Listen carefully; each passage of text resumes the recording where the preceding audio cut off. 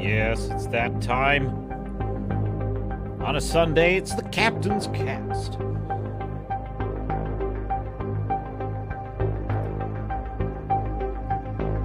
What was I thinking going to see The Crow? I always believe.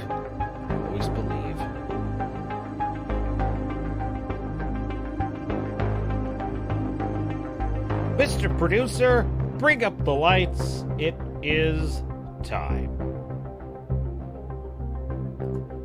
Ahoy! Welcome aboard! I am your host, Captain Garrett of the Swords and Starships channel, live on YouTube, X, and Rumble, and we're going to be talking about a couple of things. I went and saw The Crow, believe it or not, and I forgot to update the description because I didn't know I was going to talk about The Crow, but I'm going to talk about The Crow!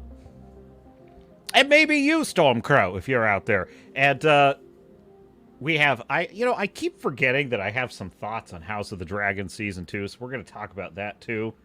I really should just get into it at some point. That's right, kill the music, thank you. Thank you very kindly.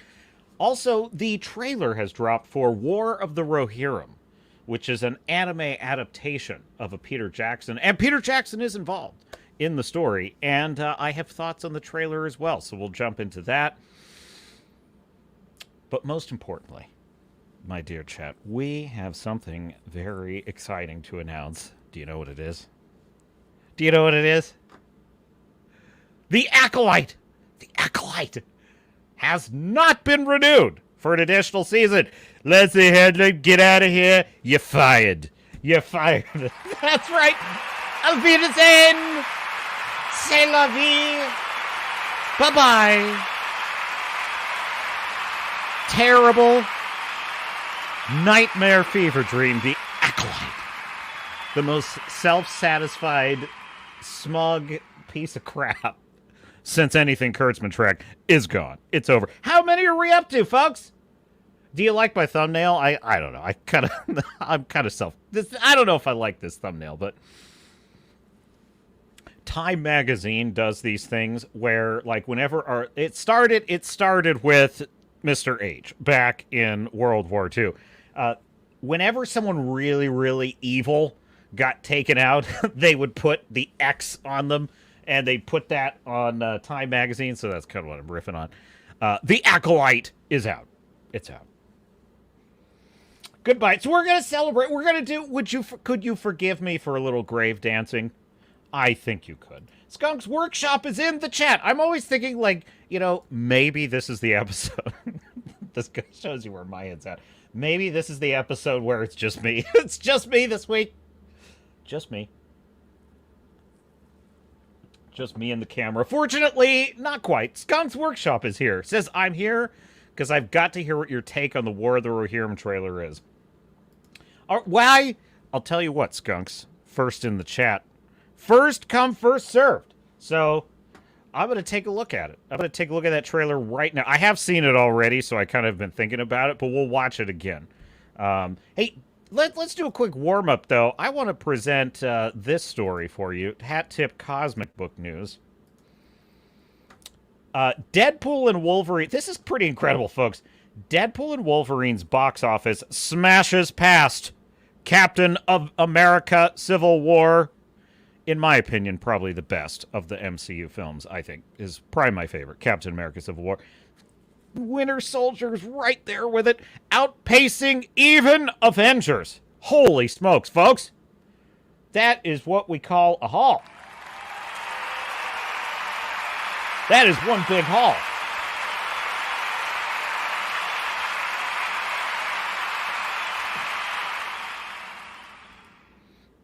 You know what's funny about this? You know what? I just find amusing about this. Look at how much effort all of these studios and media companies and Access Media, journalists, and SHILLS. Look at all of the feverish, just panting effort they've put into trying to make the case that there is a modern audience out there, and they are tired, folks. They're tired. They're tired of things like traditional masculine heroes. They're tired of things like fun adventures. They're tired of treasure hunters who are seeking treasure not to save widows and orphans, but because they want the treasure. You know what I mean? They put so much effort into, we need diversity, equity, and inclusion. I just watched a film made in 1993 called The Crow with Brandon Lee, which had one of the most diverse casts. The cast is extremely diverse. 1993, 30 years ago. So they put all this effort. We need to subvert expectations. We need to deconstruct the superhero genre. We need to male and pale is stale. We have a make room. The old is out, in with the new. And then they've had failure after failure. The entire MCU's been a catastrophe. The Eternals gonna save lives. It's gonna save lives, folks. Lives will be saved. We have Doctor Strange Mom. We have Loki getting kicked in the balls. We've got Peter Pan and Wendy when Wendy just bitch slapping Peter Pan. We have had just Obi-Wan Kenobi, Boba Fett, Mando Season 3. He's being subverted by Bo-Katan. We've had Echo, the Acolyte. We have had Indiana Jones and the Dial of Destiny, so stunning, so brave, Phoebe Waller, forehead. We have had disaster after disaster. The social engineering project. And then one very simple formula is released. It's the oldest formula. It's basically a buddy cop movie. It is Lethal Weapon. It is Rush Hour. It is 48 Hours. It's basically any buddy cop movie you've ever seen. Let's be cops. Seriously, let's be cops. A buddy love story. A simple buddy love story with two brash, masculine, mostly straight, I should say. Well, at least one of them is a straight character. Mostly straight characters, and they're just kicking ass. That's all they're doing. It's not they have to be straight. Obviously, one of them is not. They are kicking ass, and they're being dudes. And it's a Billy killer. It is a $1 billion film, oldest formula in the book. And I just have one question. Hollywood, was it worth it? Was it worth it? Was it worth it to lose billions and billions and billions of dollars? Was it worth it to be humiliated again and again and again every time one of these flopped? Boba Fett's gonna save Star Wars. Mandalorian Season 3 is saving Star Wars. Secret Invasion is gonna save Marvel. Every single time it fails, Miss Marvel, she's gonna be better than Spider-Man. Again and again and again. Was it worth it? And then to simply return right back to where we started. A simple buddy love story with two likable characters people asked for. See, that's the other thing about Deadpool and Wolverine. When it was announced in that Super Bowl commercial, Ryan Reynolds, and he's like, hey, Hugh, would you like to be in a Wolverine movie? And he's like, sure, why not? He's walking up the stairs. Remember that? Did anyone have the feeling? I'm telling you, everyone in their homes, you could feel it. You could just feel it through the screen. Everyone went wild. The crowd went wild. There was an immediate feeling that, yes, this is what we've always wanted. Like, this is a great idea. Do you notice how you didn't have that sinking feeling? Like, who asked for this? Like, who wanted, a Willow series? Like, did anyone want that?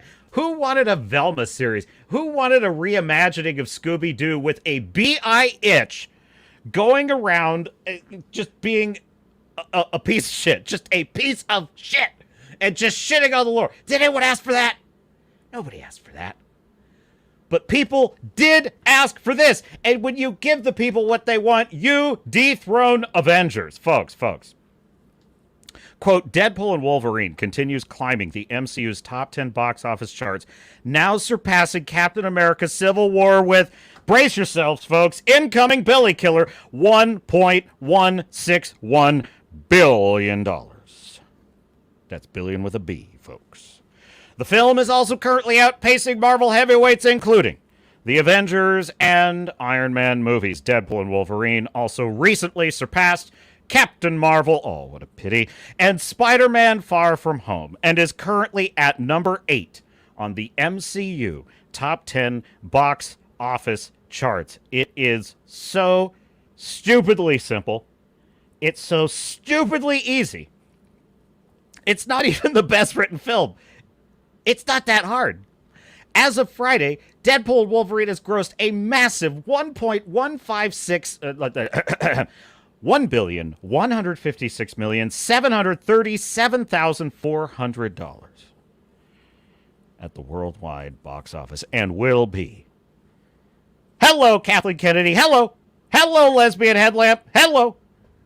Hello, Kevin Feige. The #1 movie at the box office for the 4th time. This figure surpasses Captain America Civil War's $1.1 billion, moving Deadpool and Wolverine up to number 8 on the MCU charts. Remarkably, Deadpool and Wolverine achieved this in just 28... Folks, think about this. 28 days! Oh, the movie theaters are dead! No, you see, COVID killed it. Everybody's on TikTok now. The young generation doesn't watch movies. We have superhero fatigue. Yes, we have superhero fatigue. And nobody likes to see male characters that are just being masculine. Nobody likes that anymore. Oh, jeez, this is the worst time for a phone call. People call me who know I do this every Sunday. Every Sunday. This is what I'm doing at this time. Everyone who knows me, without exception, every single one of them. What are you doing today? I'm doing my YouTube live stream that I do every single Sunday at 3 p.m. Oh, when does that happen? At 3 p.m. That would be Central Time. 1 p.m. Pacific, 4 p.m. Eastern, and for you, Staff here, 9 p.m., which is probably why our sweet prince is not here, unless I haven't seen it. He is here! Holy shit! Staff here is here! All right, I got to get back to the chat. But I mean, every single week, this is where I am. Every single person who knows me and knows this calls me at this time, texts me, what are you up to? They ask me. They ask me as I'm going to, get my coffee. Yeah, for my live stream, right? It's my lucky coffee cup right here. Look at that. That is the HMS Surprise from the film Master and Commander, which I bought this at the San Diego Maritime Museum where she lives. Where are you going? I'm going to start my live... Anyway, I'm sorry. I didn't mean to bore you with that. Returning to the story. What was I saying? I was saying something before my phone rang that was brilliant. I was on a roll, damn it. Anyway, my point is, it's an expensive lesson, and lessons had to be learned. Have they been learned? I don't know. I don't know, folks. So anyway, a hat tip to probably one of the best movies of the year. Certainly, it's not it might be top 5 of the year. We'll see. That would be Deadpool and Wolverine, an excellent buddy love film, if not a flawless work of plotted fiction.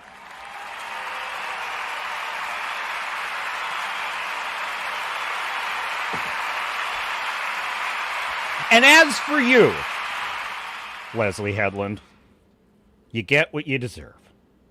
You get what you fucking deserve. The Acolyte is trash. It's trash. Garbage. Now, we have Skunk's Workshop in the chat. We have Starfury saying, evening all. Starfury, you have been missed and talked about on every live stream. It's ridiculous, bro. Everyone's like, where's Starfury? And then Fu Man Blue went missing, and then he showed up, and everyone was happy again. Everyone's like, where's Fu Man?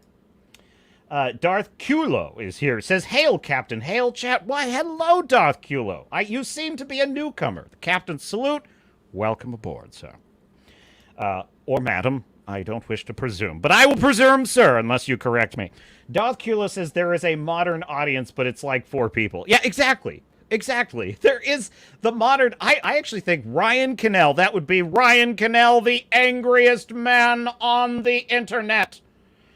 A man of such rage, of such fury, you must see it to believe it. Ladies and gentlemen, boys and girls, I agree with his take on this, which is that... No, their audience did show up. The Acolyte audience did show up. The frickin', as he puts it, the frickin' freaks, the wackos. I call them the wackos. That would be pronouns in bio. just tedious, just like Ukraine flag and free Palestine, Palestine for queers and all this stupid shit. That crowd, just the wackos, man, the wackos, the SHILLS. And they did show up for this show, and you can fit them in a thimble. You can fit them in a thimble because they're weird. You know what's funny is Jeremy from DNA Cobra is always saying, like, Raylos are weird. And I'm like, why does everyone say that? Like, well, yeah, I understand the basic point that, like, yeah, the Kylo Ren Rey shippers are kind of weird, but why does everyone just harp on that? All like, he's so set on that. He's like, they're weird, avoid them. He's basically like, avoid them, And like, why is he so on a warpath about that? And then, like, this last Friday Night Tights, Hat Tip Nerdrotic, they're talking about, like, how just the Raylos were harassing, fucking hell. Why is his name suddenly just gone right out of my head? Who plays Kylo Ren? Jeez. Kylo Ren. Adam Driver. God, that's the one actor I usually do remember. Adam Driver, they're just harassing him and threatening his girlfriend and all this shit because they're so psycho. And how it was Madam Savvy was talking about how they threaten and harass people online who want to ship Rey and Finn or Rey and Poe. They get mad at them. They're like, no, it's got to be Rey and Kylo Ren. And it's like, it's freaking weird, man. I'm like, okay, I get it now. I get it. Yeah, that's weird. That's like, what's up with that? So yeah, Darth Kulo in the chat. Safire saying, you're being generous. It's two people and it's the writer's parents. He agrees. Yes, an excellent point, Safire. Starfury says, they pinned the script to their fridge and told them it was wonderful, but they also knew it was shit. Starfury says, 1.61 billions isn't what it used to be. True, and I don't know if they're adjusting for inflation, but that you gotta admit, that is a big haul. In less than a month. That's a lot of money. That's a lot of money. Hey, I don't mind pointing it out to our dear friends in Hollywood, Alien Romulus, I don't, it pissed me off. It pissed me off because there was so much in that film I loved. And the member berries, nostalgia bait, just stupid corporate algorithm bullshit ruined that movie. And I'm sick of it primarily because I like movies. I like going to see movies. I don't like living in a world where there's almost never a good movie in theaters. I hate that. When I was a kid in the 80s and 90s, there was always something to see, especially in the summer. In the summer was the best time. You just walked up to the theater and you picked one. There was always great movies coming out. Now it's like, so I didn't even know I was going to go see this movie, The Crow, because I've never seen the original film. I don't know the comics. I frankly had no interest. This isn't a character that interests me. It always struck me as kind of a weird, kind of a gothic, melodramatic thing that I wasn't into. And so I never saw The Crow. However, I really felt like seeing a movie yesterday. And so what I did is I looked for what was playing. And I saw that The Crow, and I was like, oh, I could review that for the Captain's Cast. And I haven't heard what anyone thinks about it, so I'm going in blind. And I thought, cool, I'll do that. And that way I get a fresh take. Unfortunately, I was browsing my phone while before the movie started, and I just spotted Chris Gore's thumbnail that said bird shit, which means he hated it. And I was like, damn it! Damn it! I didn't want anyone to tell me if it was good or bad, but oh well, whatever. So of course I'm watching it. I'm thinking, okay, well now I'm prepared for the bad, but I hope it's not. And at the first couple minutes, there was some promising stuff, and then by the end of that movie, I was like, what the hell was the point of that? What was the point of that? I don't even understand. Why do people like this character?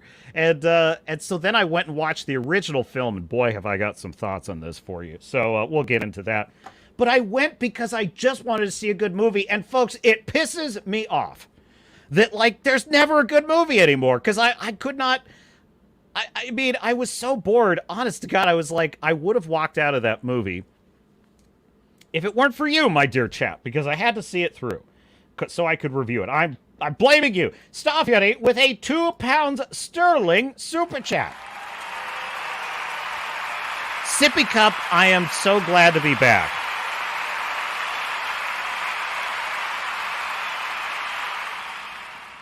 You're gonna make me do that? Come on, it is not a sippy cup. It's so great to have you back, Starfury. This is an elite athlete's sports water bottle. It is for elite athletes while they are training as adult professionals. It is not a sippy cup. There, are you happy? I'm your dancing monkey. Your dancing monkey. Thanks for the super chat stuff, Eddie. The chat's, the chat's happier.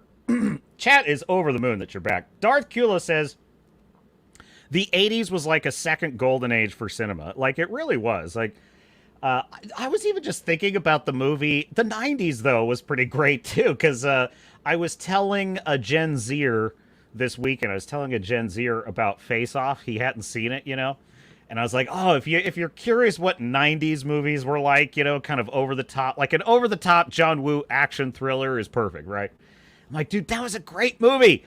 That was a great movie. Now, don't misunderstand. I'm not saying it was poorly written, but it was a dopey film. It was kind of a dopey concept. But it was still far better written than anything you see today. And I love that movie. I love Face Off. John Travolta, Nick Cage, they swap faces, man. It's awesome. Stop here. He says, professional what?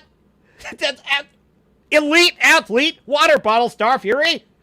Open your frickin' ears, as Kim Jong-un would say. Darth Kula says, elite athletes like in the WNBA are great. Look what you've started, Star Fury. My own chat is... mutiny is afoot. Mutiny. Anthony Timmons is in the chat and says, ahoy, Starshippers. Good afternoon. Ahoy, Anthony. Welcome aboard. Great chap.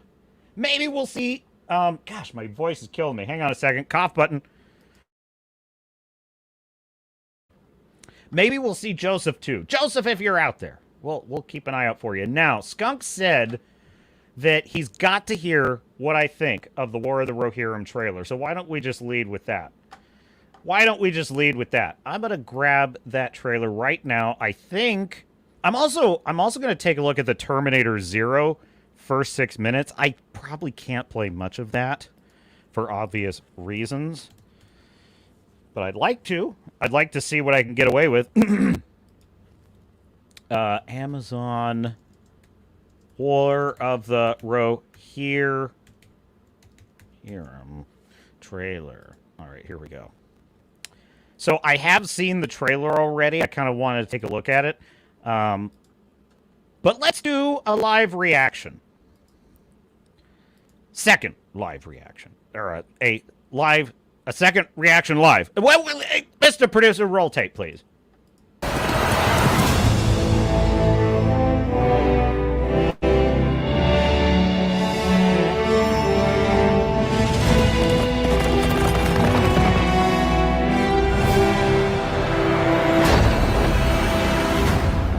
Being transformative.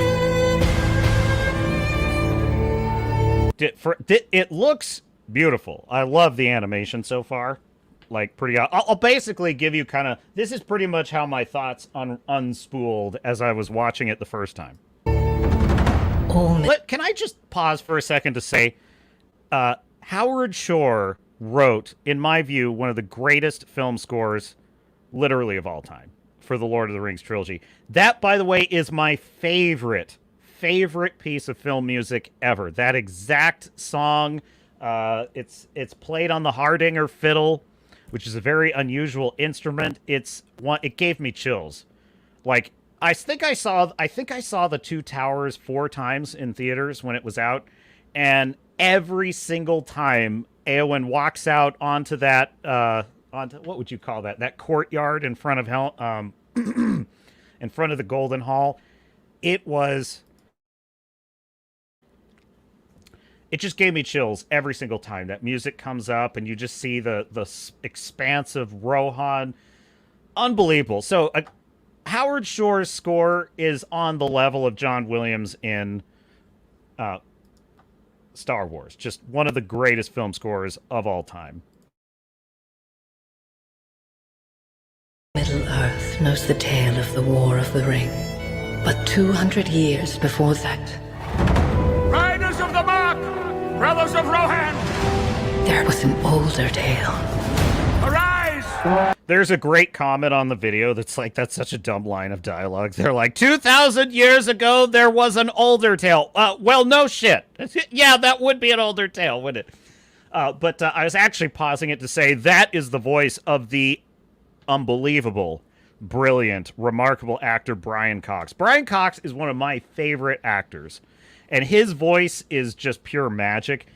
By the way, he played William Stryker in X2, and he was so damn good in that movie. I love X-Men 2. I love him as William Stryker. He's so good in that. I watched it again recently. I'm doing an X-Men rewatch, right? Because I so enjoyed Logan's character in Deadpool and Wolverine that I kind of want to like relive all of the X-Men universe, and so I'm going through all of it in release order. I'm going through all the films in release order, and I'm up to X-Men Origins. Wolverine X-Men Origins. And people really bagged on that movie. That's the one with the bad Deadpool in it, and I have to say though, I've forgotten a lot of it, and as I'm going through it, I'm halfway through the movie, and I'm like, I'm really enjoying this. Like, this is pretty good.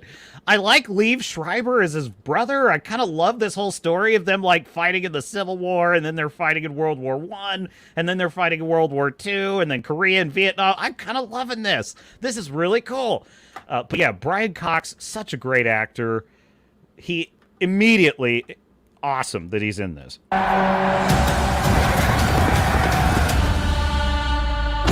Dude, him in the movie Troy as Agamemnon, unbelievable. Burn Troy! Burn Troy! Like, he's such a crazy madman in that movie.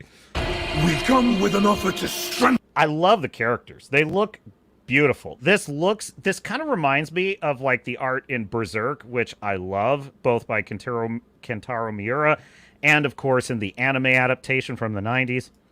Rohan. Hera, daughter of Hem, I, Wolf, seek your hand in marriage. That is Rob Stark, isn't it? That's the guy who played... I could just tell. Our fathers speak as if I were not even in the room. I do not want to marry you. Uh-oh. Uh-oh. Oh, no. No. That's not enough to sink it. Not enough yet. But listen. I actually don't have a problem with a medieval female character bitching about her lot in life, because frankly, that would be her lot in life. However, obviously it's a big component of that. There's a great character who is a kind of imprisoned princess in Blue Eye Samurai that's done brilliantly. Of course, there's lots of characters in Game of Thrones and House of the Dragon. Like, I love the character of Cersei. I think she's a great example of this type of character. However, it's the very on the nose current day phrasing of it that's the red flag. It's my father speaks as if I'm not in the room. As if she is stepping out of this kind of medieval world and observing what life is like in it from a modern perspective. That's the problem. That's the problem. I write historical fiction, folks. I write historical fiction. And one of the things I do my very best to avoid is to have characters speak as if they were from the modern world. I don't think I kind of looking back at it, I think I kind of failed at that a couple of parts, but for the most part, I succeeded. And the way I look at it is a fish doesn't know it's wet. Right? So if you're living in a time where things are a certain way, it's normal to you. You might have issues with it. So my problem with this line is she's speaking about this the way a modern DEI seminar would speak about this. Big red flag. Not going to sink it yet. Big red flag. You do not seek an alliance. You seek a throne. You will live to regret this, old man. He's dead? You will pay for this with your life. The boy I knew would never wish for war. The boy you knew is gone. Fire! That was pretty rad. All of this can work pretty well so far. There's so many of them. I pledged to fight for my king. You know nothing of war. I'm the fastest rider you have. Uh-oh. Uh-oh. People need hope, Hera. Something to believe in. Girl who's the key to everything. Here we go. My pride. My joy. You could rule the world. You think I am afraid of you?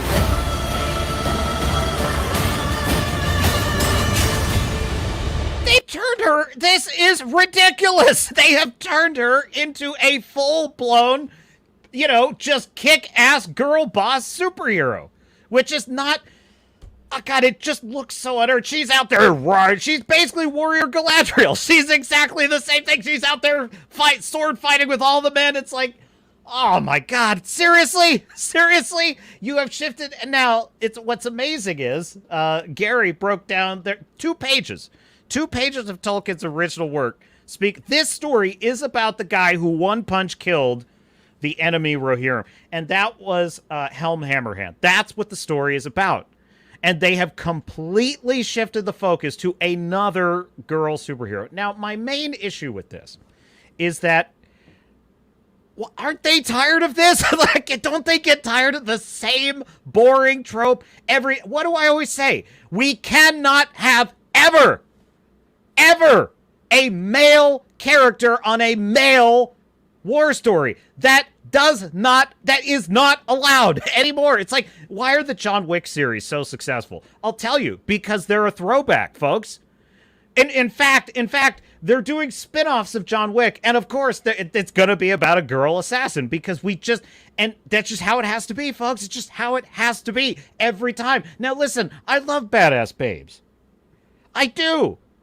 But we need to stop spamming the girl boss. We gotta stop spamming them into everything. And this is my problem. Okay? I would be totally fine if she's a supporting character and there's a good, well-drawn, earned arc in which she becomes a warrior. And if the story acknowledges how unusual that is in its world without this. It's the fact that they're putting her on a pedestal that irritates the hell out of me. You could rule the world. You are everything. You're the best. The world needs hope. It's you. Ah, jeez. And, you know, I'd be fine if there was some balance in the narrative around this. But this is the story. I'm sorry if this offends you. This should be a male protagonist. There should be a male protagonist. I'm fine with a female co-protagonist who is also badass in some way, but this is a male-driven story, and that's what it's supposed to be. And it undermines what could be actually a really good story with a female character by pretending that she is a modern woman somehow living in this world. It's cliche, folks. That's my biggest issue with it. It's become such a full-blown cliche, and I can't stand it. I actually was pretty fine with this right up until literally, I think the point when he says you could rule the world. Oh, okay, that's an eye roll. But even then I wasn't out. I wasn't really out on this until this exact moment right about here. This is about the point where I'm like, oh, come on.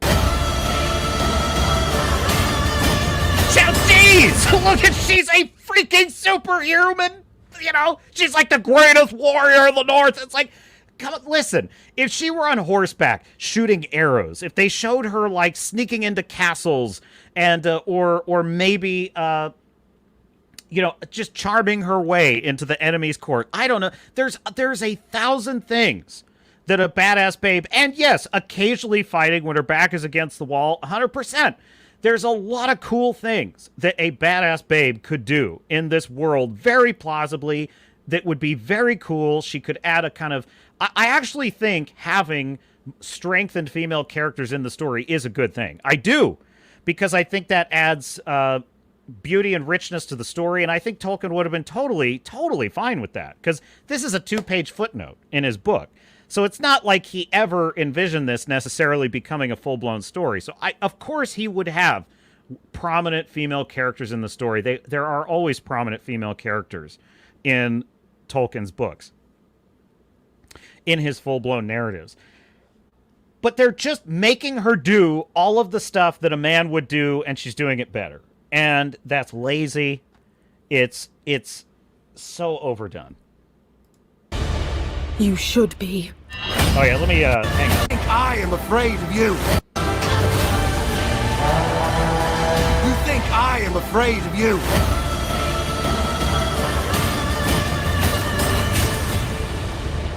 You should be.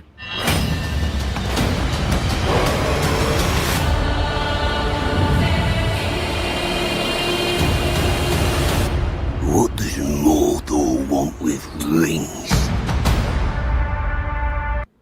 What an absolute shame. What an absolute shame.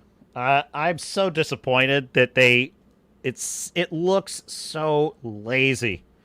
It just looks so lazy to go straight to that well of the superwoman girl boss. And it's all about her and how she should be the ruler. Oh, it's so boring. It is so boring. What was the one I saw recently? There I was like, don't they get tired of this? What was it? I can't remember now. It's one of the things I reviewed. Anyway. Wow, I just can't believe that like every single fucking thing has to be like this now. Every single thing. They cannot, and they always, and the amazing thing is it can only be a woman who is on horseback with swords, and she's leading the armies, and it's like, and they want to tell us that women are marginalized. They're like, oh, but women are oppressed. What are you talking about? You won't allow us to have a Luke Skywalker? That's never happening again, folks. That's never happening again. Not in a movie. Are you out of your mind? No, a sort of a young man living a boring life on a farm who dreams of adventure and avenging the death of his late father, and goes on an epic quest on the galaxy. His quest! Not his quest along with his daughter who's helping him and becomes the hero or some stupid shit. Just his quest. Never happening again, folks. Like, it's just not happening. And it's not always flat out woke crap. I mean, my sense is that it's become a cliche. It's become a cliche that is hard. It is just hard set into the Hollywood system. It's the system, the machine. The other cliche is grim, dark nihilism. That's the other cliche. And I call it the Game of Thronesing of everything. That has become set in there. It's like classic example. Patrick McKay and that other guy, the idiots that are running Rings of Power. Patrick McKay, and who is the other one? J.D. Payne, that's his name. J.D. Payne. They talked about how they want the troll to be like Mike Ehrman Trout from Breaking Bad. I'm like, what? Like, what? That is classic. That is a classic example of what I'm talking about. Breaking Bad is one of the greatest television shows ever written. Vince Gilligan, and so is Better Call Saul, by the way. Vince Gilligan is a brilliant, brilliant writer. Because of that, everyone wants to rip off that show. And so the idea that you are trying to, they want to adapt Breaking Bad into Tolkien. Hello, why don't you adapt Tolkien? Just adapt Tolkien! What's the matter with you? To call him, yeah. What a bummer, man. Like, it's not that they're... That's always the lie, right? The lie is that Captain Garrett is pissed because a female is a hero in this. No, that is not why I'm pissed. I am pissed because they've literally thrown out the story. They've thrown out the story and they've supplanted it. They have supplanted the original story with a cliche. I'm not even calling it woke. I'm not even saying this is woke. She might be a really well-drawn character. Based on what I've seen, she could very well be a well-drawn character who goes on a great journey. She's not a Mary Sue. She faces adversity. That all may be true. But the fact that she winds up Superwoman Warrior is ridiculous. Because it is cliche. It's cliche. Why would you do that? This is the time to be original. This is the time to stand out. They already did this with Morphin Clark and Guy Landriel. They've already done it. Why would you copy that? I don't understand it. Because there's stupid people that eat glue. Joseph Ritchie is in the chat. Welcome aboard, Joseph. You've arrived at a moment of high intensity. Wrangler is in the chat. Ahoy, Wrangler. Welcome aboard Frequency Studios. Look at that. Look at the love for Star Fury in the chat. Oh, you guys are popping off now. I'm trying to catch up here. Star Fury says, great anime style, but after the first 30 seconds, I died a little inside. Another fracking, let's just say it, Star Fury. Another fucking girl boss babe. Give me Helm Hammerhand. Well, that's the problem, right? If it were Helm Hammerhand is the protagonist, and his daughter is a prominent character in the war who is helping him, supporting him, doing cool things, I'm fine with that. That's not what they showed, though. This is her story. This is 100% her story alone. This is her path to glory. It's ridiculous. And it's the fact that it is supplanting an existing story. They will never do this to a female character. Like every single Alien movie, every single one of them has got to have a female protagonist. Why is that? Why is that? Because it only goes one way. You can take away stories from male characters that are already established, but if there is a female-driven franchise, you can never change it. Ever. And look what it results in. Alien Romulus, the most boring character is Kaylee Spade's, what the fuck was her name? Rain? Boring. She's the default human. She is a default human that you would, like, when you load up Mass Effect and you're making your female shepherd. She's the default. She's just like, whoop, there she is. You can't pick her out of a crowd. She's the most forgettable face I've ever seen. Most forgettable performance ever. Meanwhile, here is this character, Andy, who is an android. I'm speaking of Alien Romulus. He's immediately intriguing. He's likable. He's got kind of a vulnerable charm. There's a twist when he gets uploaded with another AI's programming and becomes like a super smart company bot. That was cool. Give me Andy. He's interesting. But no, it's tradition. It's tradition. It's always a female action hero in the Alien franchise. Okay, fine. Well, then why don't you leave alone the male characters then? I would agree to that bargain. I would call that fair. I would call that fair. Skunk's Workshop says, they brought me in with the first part of the trailer, and then I started having doubts by the end. I'm still going to give it a watch. I'm pretty much with you, Skunks. What do you think? Let me know what you think of what I think. You asked for my thoughts on this, and I kind of went on a bit of a tear there. So you let me know. You think I'm going overboard? I'm open to criticism here.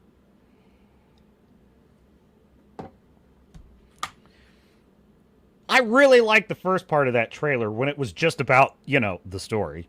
That was cool. Let's see. I thought I missed something. Star Fury says, I did a Postman Waterworld marathon yesterday. It made me so happy. I know they aren't great movies, but they're better than the Drek that is in the last 10 years, and they're nearly 30 years old. I don't think that's the problem with Waterworld. I think Waterworld, Star Fury, no lie. I think Waterworld with Kevin Costner is a brilliant film. I'll say that again. Waterworld is a brilliant film. And it's incredible in terms of its scale and its scope. Now, The Postman is it's an almost brilliant film. That one I like it, don't get me wrong, but something about two kind of like older guys that can't fight, they're kind of like both nerds, and they're rolling around in the battlefield, kind of like, slap fighting. It was kind of like a South Park moment with like Kenny and Cartman just slapping each other. It's comical. It's comical, and it kind of ruined the movie for me because they're not William Wallace. Okay, that's just not. But no, Waterworld's a great film. It's a great film. I do think there's two problems with Waterworld. One problem is Kevin Costner plays a dick, and he's the main character. He's not a likable guy, and I do think part of the problem with that film is his save the cat moment comes like at the halfway mark of the film. He is an absolute asshole SOB all the way up to halfway through the film. So the big flaw in Waterworld is no save the cat for his character until like halfway through the movie, which is way too late. That has to come in the first. Doesn't mean he can't be a dick, but he's got to do something that makes us like him, right? And he didn't have that. So I'd say that was kind of one flaw in the film. I also think Book of Eli suffers from that problem. But the other problem was simply it was just too big of a budget for too small of an audience, and that was a problem. They didn't have CGI back then. They overspent, and that's why it was a flop. But it was cool. Anthony says, it's been a glorious past 2 weeks. The Crappolite has been canceled. Mr. Producer, a round of applause. Hip, hip, hooray! Hip, hip, hooray! Hip, hip, hooray! Yes. Elvita Zane! C'est la vie! We won't miss you. Acolyte. God, can you... Listen, but let me explain something, though, because everyone's like, this is a victory. A bad show got canceled. And there's some truth to that. But what I will say is this. True victory would have been the show was like, canceled before it came out. And just memory hold. Get rid of it. But whatever. They couldn't cancel it. It was diversity central. They would have been in trouble. Anthony Boss B alert. Wrangler says he could finally hang out with us. Okay, cool. We were watching, I'm sure you're caught up by now, Wrangler, but that would be the War of the Rohirrim, a Lord of the Rings project with Peter Jackson involved that's coming out this holiday season. It's totally a bait and switch, Skunks. Totally a bait and switch. Anthony, girl boss blues. Sorry, my caps got stuck. It's all right. You can. I won't put you on blast for all caps. I've decided I won't do that. Wrangler says if you want a story that doesn't push an agenda, then check out Blood and Oak by somebody you may know. That is a link to my book, Blood and Oak. In fact, if you would permit me, chat, just one little plug, and we'll get right back to your thoughts. Where is it? I gotta put it somewhere where I can actually find it. There it is! This video is sponsored by the High Seas action-adventure novel Blood and Oak, by me, Captain Garrett. Here's the story. When his sister is kidnapped and sold into slavery by the Barbary pirates, a daring young Navy officer embarks on a suicidal quest for rescue and revenge. This is a story of bloody naval warfare, set during the age of fighting sail, with ruthless rogues, smugglers, cutthroats, and pirates, with deadly sword fights, and tall ships slugging it out with cannons. Available now in Kindle, print, and audiobook. Go to www.bloodandoak.com. And when you get there, there's a free special gift waiting for you from me. Get your copy now. The link is in the description. And now, back to me. Yes, that would be Blood and Oak. It is a heavy metal American high seas adventure. High stakes. It's bloody, gritty. I just take the swashbuckling excitement of the era and I just turn it up to 11. And it's great. Yeah, gotta have sword fights, man. Gotta have sword fights. Let's see. My character... Wrangler says my characters could take all them wannabe Lord of the Rings characters because firearms can be a great equalizer. Well, that's true. And so can a stick of dynamite, says Anthony. Joseph Ritchie in the chat says, hail, Captain, hail, Joseph. Starfury says, flamethrower is the true equalizer. Starfury, get your flamethrower! Wrangler says, thanks for catching me up. Joseph says, yes, Leslye was fired. You fired last Monday. Starfury says, no, Dumb and Dumber running rings of power. Let's see. Wrangler says, if you were pissed over awesome female characters, then why do you write characters like Mel and the Red Heart? Because I'm not. That's not what I'm saying. I am not angry because I love Éowyn. Éowyn is one of my favorite characters, Wrangler. I love Éowyn, and I love badass babes. What bothers me is the cliche. It's the cliche. It's that she is the central focus. She uses all the tools that the men use 100% and is better at it than them.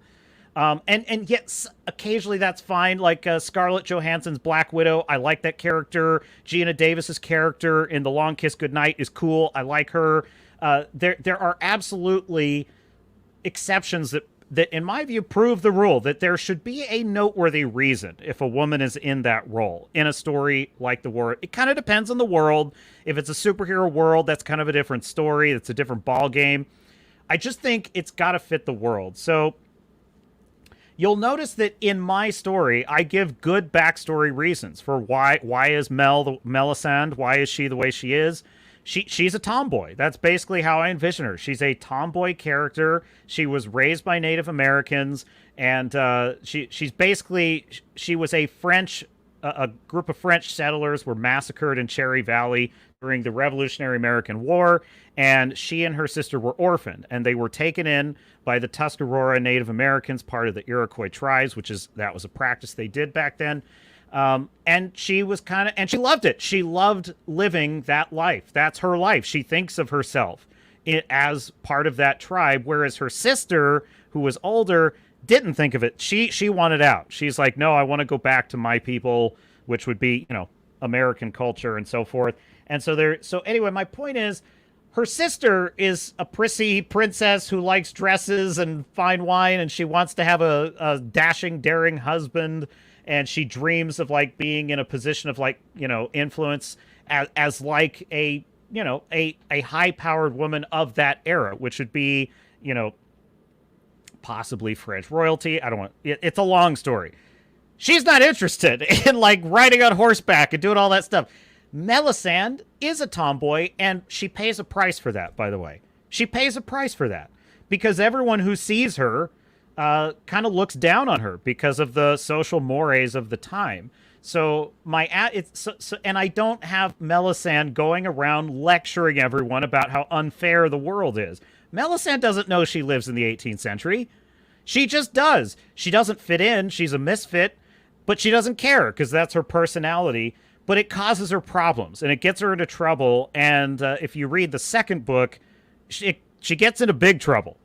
She gets in over her head and serious things happen. So there are consequences for characters that buck the system. There's consequences for Jon. Jon is the main character and he defies social mores of the time and he paid the price for that. So I love badass babes. The thing is, I like people. I do. I like people, male and female. The problem I have is the cliche.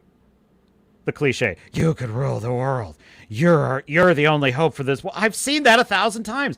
Caitlin, who you're referring, the Red Heart. I'll tell you, she's a thief character, and that was based on a historical. I literally was scratching my head, trying to figure out how am I going to make this character able to survive in a way that is historically plausible but also fun for the reader. And I had no ideas for a long time, and I poured through my research, and I came across the stories of how slaves on the Barbary Coast in the 1700s, early 1800s, they had to pay for their own stuff. They had to buy their own food. They had to pay for their own clothes. It was weird. Slavery in that system, you could earn money as a slave, and you had to pay your own master part of your wages. It was a weird system. Anyway, the point is, so what that resulted in was a bunch of starving slaves that would go around pickpocketing and thieving all the time. And as long as the master wasn't being inconvenienced by it, they didn't give a shit. And so it resulted in a lot of sort of dashing, daring thieves. And I thought, now that would be a lot of fun, to have a female character who survived in this hell by becoming a really good thief. And that's what she is. She's a good thief. She has no chance in a physical confrontation where she's dead to rights. She's clever. She can use stealth. I literally write a scene in the second book where she's getting a little arrogant. She's feeling her skill, and she makes a bad mistake. And a very dangerous man gets a hold of her. And I won't say any more. Second book, Wolves Will Eat. She pays a price for that situation. And I'm not going to tell you what happens. You got to read the book. But my point is, I love awesome female characters. I just don't like cliches. And I try to root them out in my own work as much as possible. Joseph, by the way, every writer must do this. Like, every writer, yours truly included, is very susceptible to cliches. This is a common... this is, in a way, kind of what the entire pursuit of art is all about. It's all about doing something unique, original, something daring, something that stands out. Sometimes it works, sometimes it doesn't. And... it frustrates me. It frustrates me to see people that have limitless fortunes at their disposal, and the first thing they reach for is something that's been done 50 times in the last 5 years. Come on! What do you think, Wrangler? Does that... Am I acquitting myself? Well, you let me know. Joseph says, I am working all in. I am working at All In right now. I will post when it is done, which will be at 5 p.m. Let us know more about that, Joseph. Darth Kulo says, well, with the Alien franchise, it's kind of a tradition. Totally agree. Totally agree. My issue is not that that's the tradition. My issue is, notice how it only goes one way. They never would say something like, oh, yeah, it's always... Star Wars doesn't exactly fit, but, like, what's a good example? Mad Max. Mad Max is always about a Mad Max story. Well, but we can swap him out for Furiosa, no problem.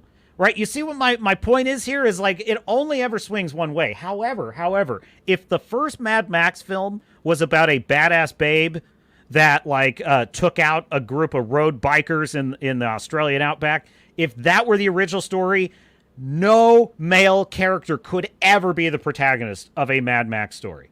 Ever. That's my point. My point is, if the tradition is female, it must be upheld. If the tradition is male, they probably need to think about putting a female in it and making her gay and lame. Wrangler says, agreed, Darth Kulo. Case in point, Metroid was heavily inspired by Alien. Samus Aran is the first lady of gaming. Agreed! Agreed! And I would never want Metroid to not be about Samus Aran. Ever. In fact, I kind of like the idea of the Zelda game where Zelda's the main character and she's saving Link. I'm okay with that one. I like that one. I would like us to get over this stupid idea that it is somehow daring and revolutionary to make a powerful woman the focus of the story. It isn't. It isn't. We don't live in a world where women can't be heroes. We don't. That's not the case anymore. It hasn't been that way for 30, 40 years.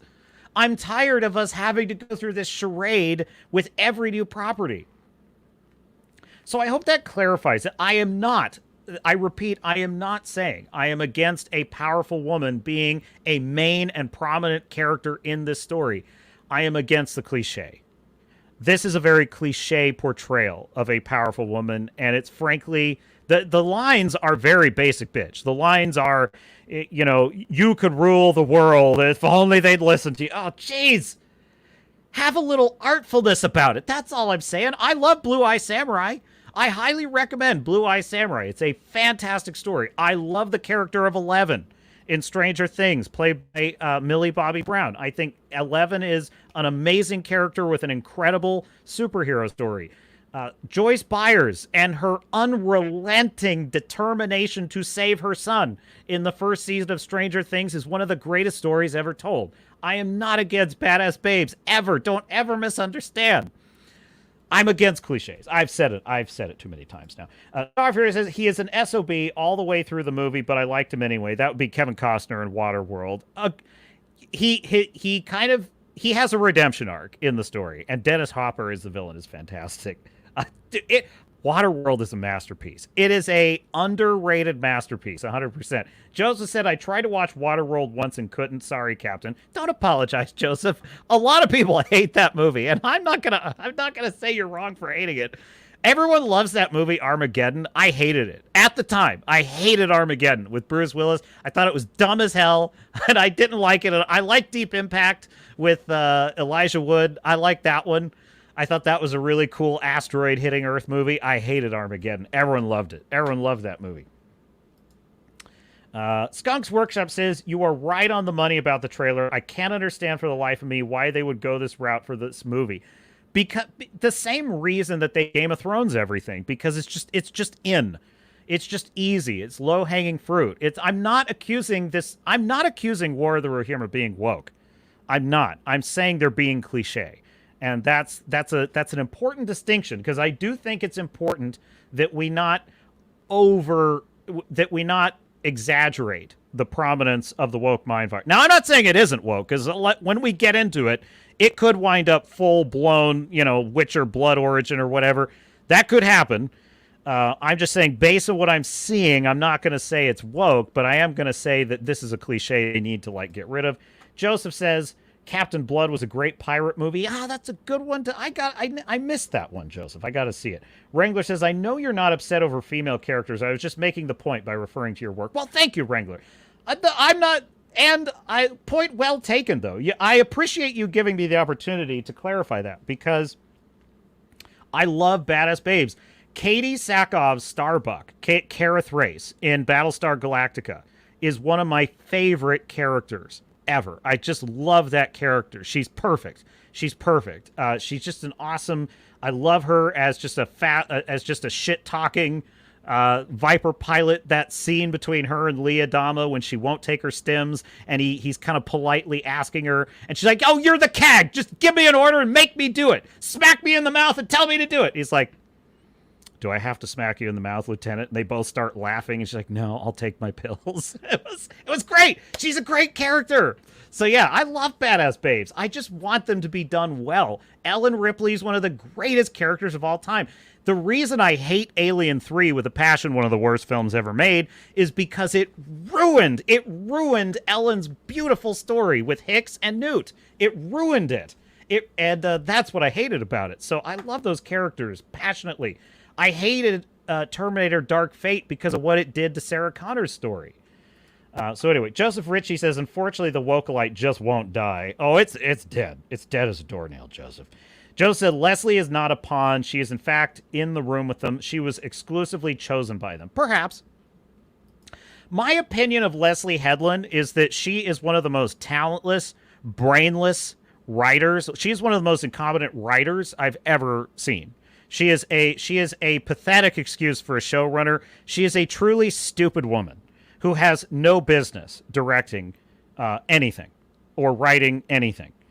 She's a talentless hack. However, I do think she's a very good political corporate knife fighter. I think she knows exactly how to say the right things, schmooze the right people, hold the door closed for the right executives, if you catch my drift. And she knows what she has to do to get into positions of power. And unfortunately, that's a big reason why a lot of movies are shit, because there are people in charge who got there through corporate politicking and not through being talented or having a unique vision. It's the classic push-pull between artists and studio heads, and long will it be so. Darth Kula says the Wokies are still trying to save Acolyte. We're gonna have some shills. We're gonna have some shills in a minute. I want to check in with the shills and see what I want to see. The salt must flow, my dear sailors and Stardust. The Acolyte is dead. It's dead as a doornail. It's out. Out is the Acolyte.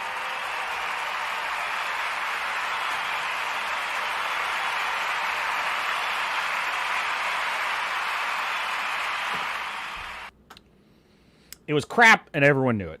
It was only a matter of time.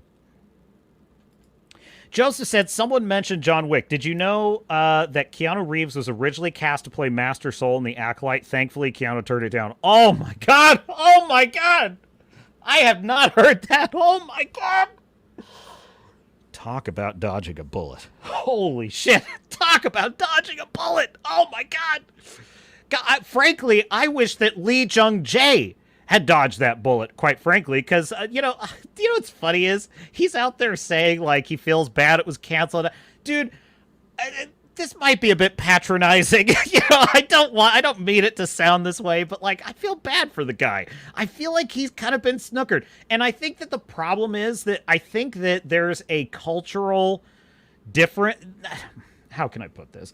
It's like, I think he doesn't...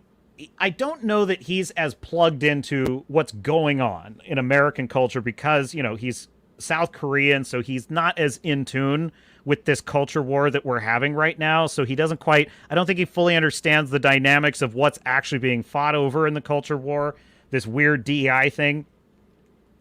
And so he, in other words, what I'm saying is, I think he's a talented actor who's just rooting for his project to succeed. And I totally sympathize with that. And I feel bad for the guy that he's in this. He was one of the best actors in the show. I think that Lee Jung-jae and Manny Jacinto were the two actors in the show that could have been great characters. Frankly, I think Master Soul, that should have been the story. Master Soul is he's a kind of eccentric detective within the Jedi Order, and he just won't, make it a whodunit. He's just on the case of a killer, and Manny Jacinto is the cunning psychopath he's after.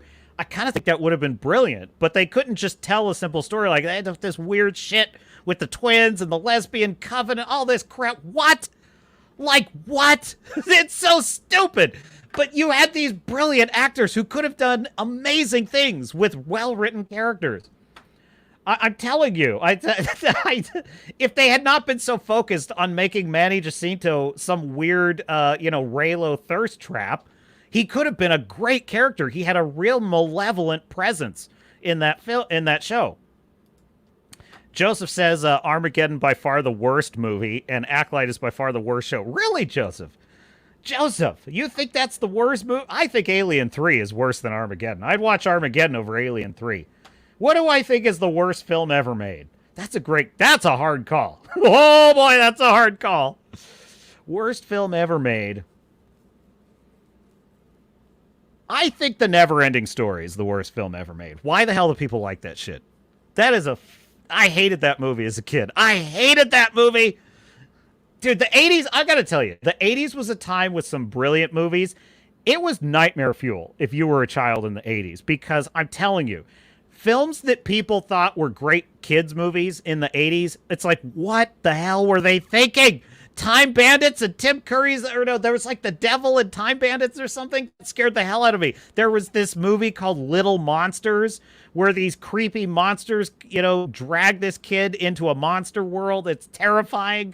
The Never-Ending Story, The Dark Crystal. These were nightmare fuel, man. They were awful.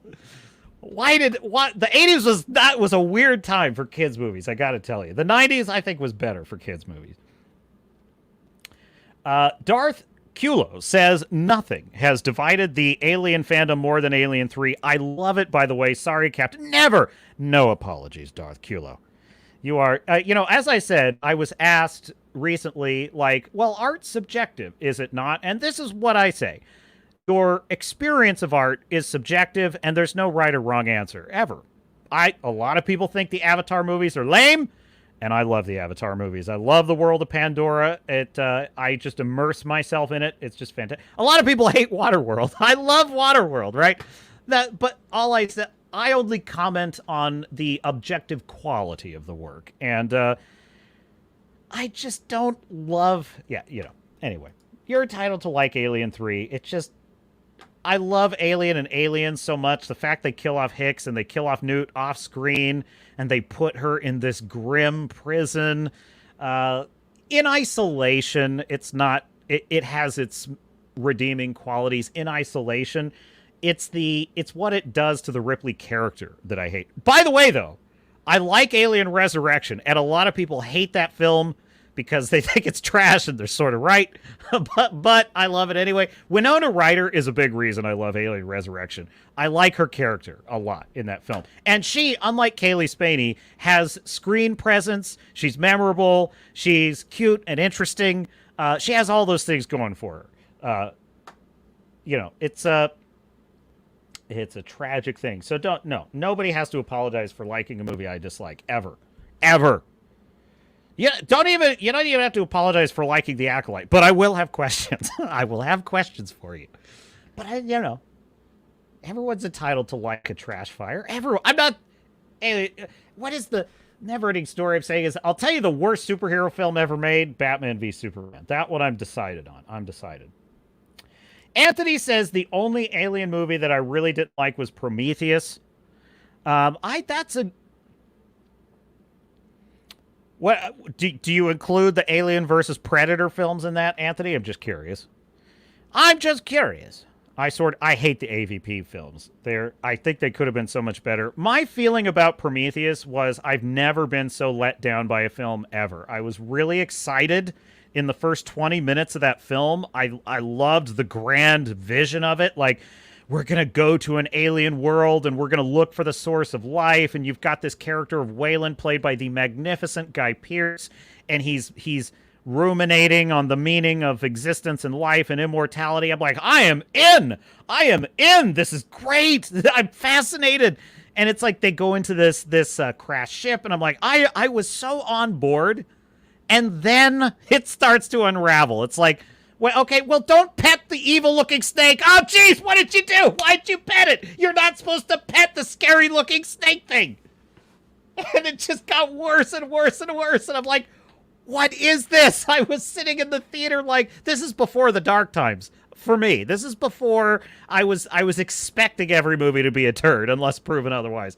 At that time, films were innocent until proven guilty with the Captain. And so I'm sitting there and I'm like, what? Why is no one acknowledging the fact that she's just crawled out of a surgery machine and she looks like shit and nobody's even talking about it? I was like, what's going on in this movie? I'm so disappointed. Regular's like, I was under the impression that he was actively avoiding the culture war. Rumor is that he's not a fan of the political hysteria. You must be referring to Peter Jackson, perhaps? Look, I think this is a kind of an innocent case of girl bossery so far in War of the Rohirrim. I think what's happening is they've just fallen prey to a cliche. It can happen to anybody.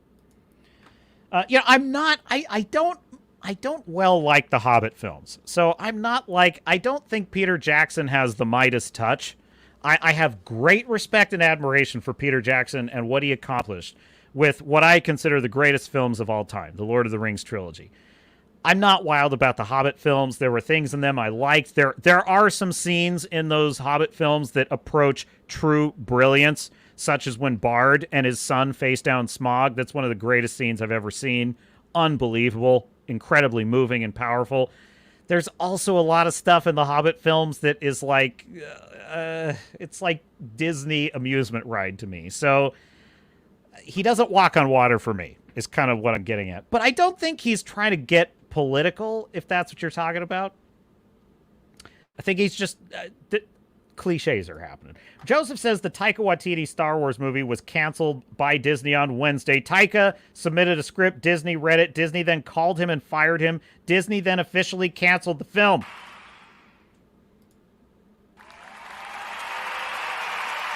Another one bites the dust.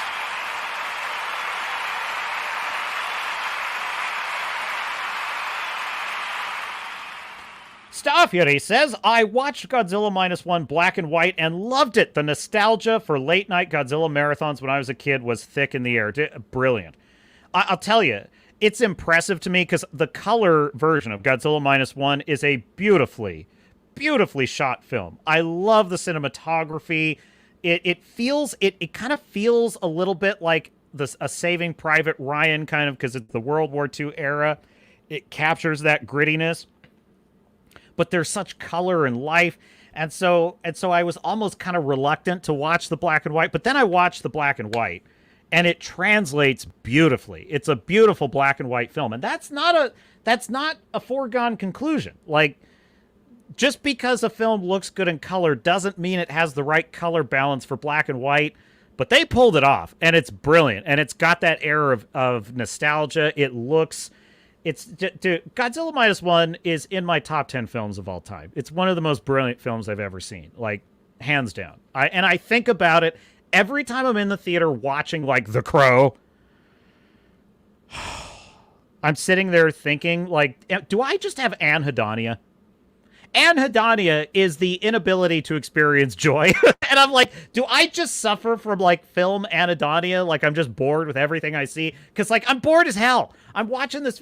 Bill Skarsgård is a genius actor. I'm bored as hell watching The Crow. And I'm like, is there just no movie that can make me feel anything? And then I remembered that I sat in the theater watching Godzilla -1 3 times And I cried like a baby all 3 damn times. All 3 times! And that movie gets me every time. Every single time. The scene where she says, "Is your war finally over?" And he breaks down and I lose it. I lose it every time, folks. I lose it every time. I'm not ashamed to say it. The Captain, it moves me deeply, that movie. I love that movie. I love those characters. I think about those characters often. I think about Shkishkima. I think about Noriko. I think about them, Doc Oda, as they call him in the film. I just think about them all. Oh, God, the scene where he said, the kid's like, "I want to go with you. I want to fight for my country." The kid that didn't get to go to war, and the 2 war veterans are like, "Not this time, kid. You know, that's not something to be ashamed of, that you never went to war." And he says, "We leave you the future." And I was like, oh, right in the feels, man. Right in the feels. Such a great film. Every minute of it is just a treat. Absolute treat. I love Oda's speech when they say, should we... this is Godzilla -1 I'm speaking of. And they're getting ready for the final duel with Godzilla, which is one of the most marvelous third acts of a film I've ever seen. Exhilarating. Just blew the doors off. I'm sitting in the theater like, what is going on? This is the best thing I've ever seen. I was so over the moon. And I love, like, the eve of this battle. And they're all like, so I guess we should get our affairs in order and say goodbye to our families and just prepare. And Oda says, "On the contrary, I would like this battle to occur with no sacrifice of life. I would like us all to come home. And this country has treated life too cheaply." And he just goes into this speech, and it's moving, it's brilliant, it's powerful. What a work of art that movie is, in black and white or color. Star Fury says, there is no innocent case of girl bossery. There is actual malice involved. No, Star Fury. I'm not willing to. I mean, I respect your opinion, of course. I'm not willing to go that far yet. Look, it's Peter Jackson, man. I can't just presume his guilt just yet.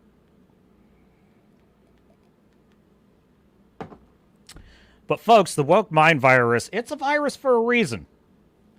It's highly contagious.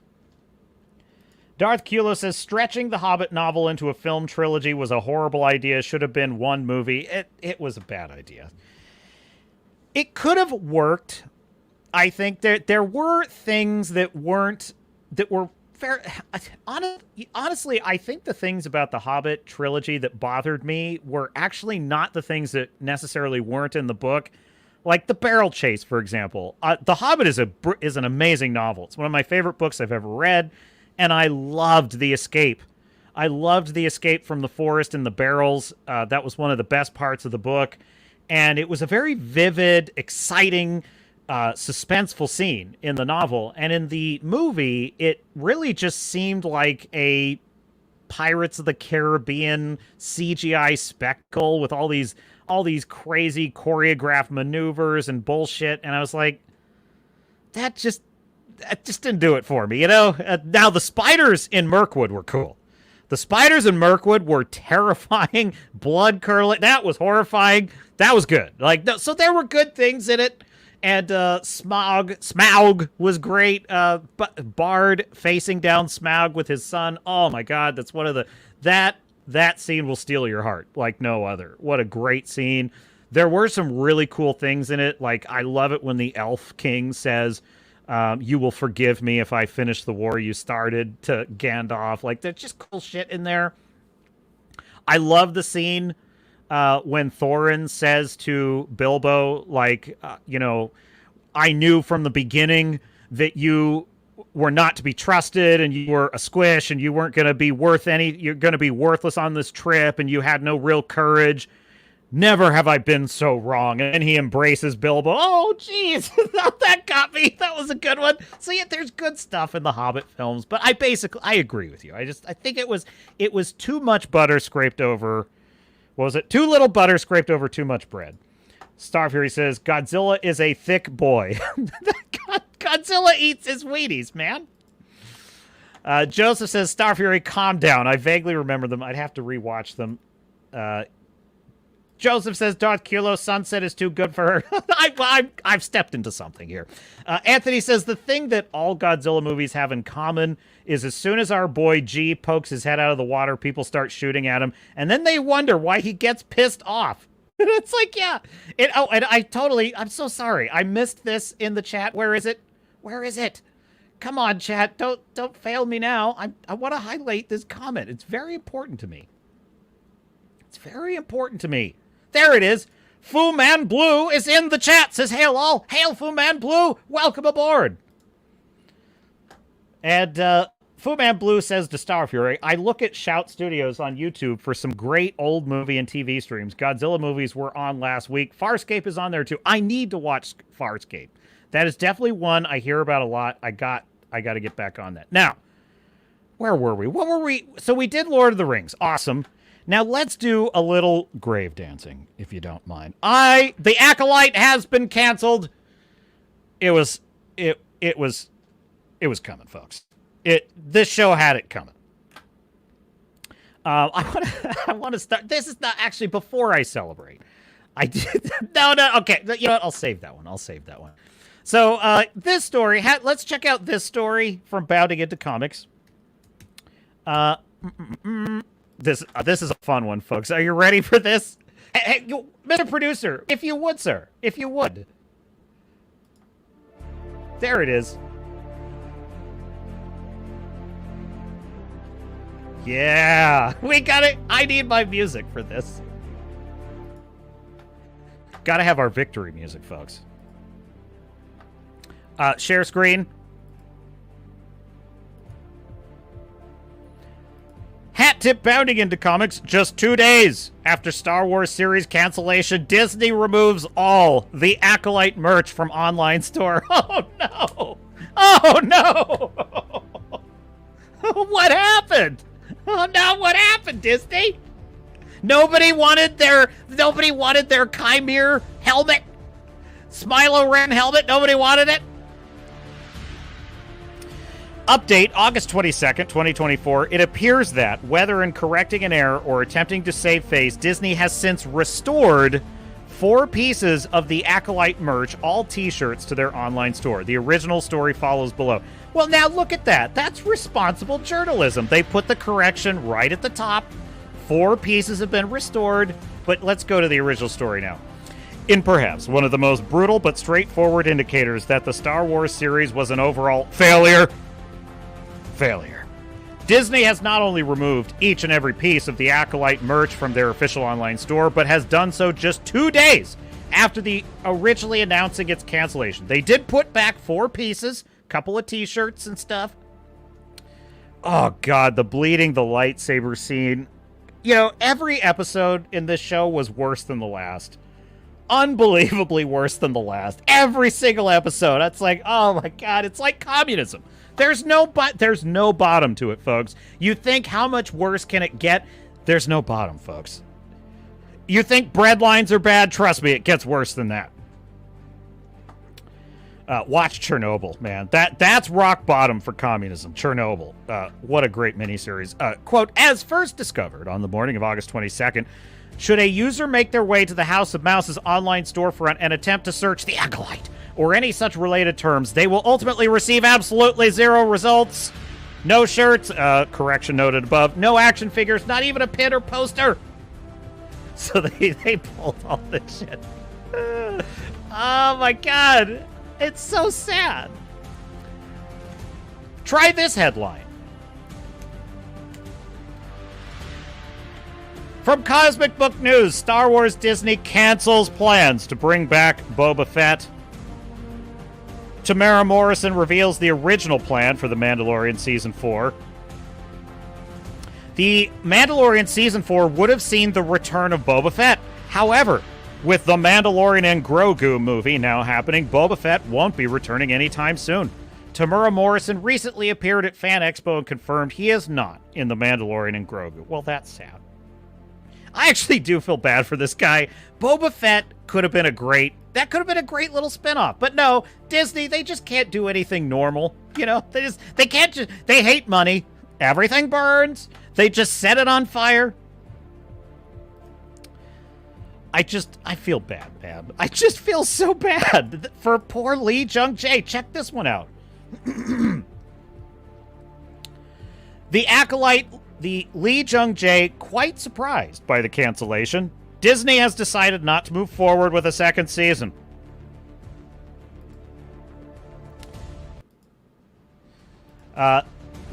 Joining Manny Jacinto, now Lee Jung-jae weighs in on Disney canceling The Acolyte, which means no season 2. Lee Jung-jae played Master Soul in the series and has been canceled, etc., etc. Quote, as you know, my character had died already in the first season, so I wouldn't have appeared in the second season if there was one anyway. But personally speaking, I really loved Leslye Headland's writing. Uh-oh. Oh, God. Sympathy waning. But personally speaking, I loved her story. Let's see. I thought that she was a great writer. Uh-oh. Retard alert. And director who was very talented. I thought she was a great writer and director who was very talented in storytelling, as well as creating characters and meaningful structures within the story. Osha. I have a connection with Osha. So I was actually personally really looking forward to watching a season 2 with her at the helm. To hear the news, I was quite surprised, personally as well. Lee Jung-jae added, honestly, I'm hoping that maybe there could be changes in the future because you never know what's going to happen. So on a personal level, I really hope we could see further stories of Leslie's second season. So sad, folks. So sad. Victory for great storytelling! Make your next woke dumpster fire, Disney! We will inflict defeat after defeat after defeat! Yes! Good riddance!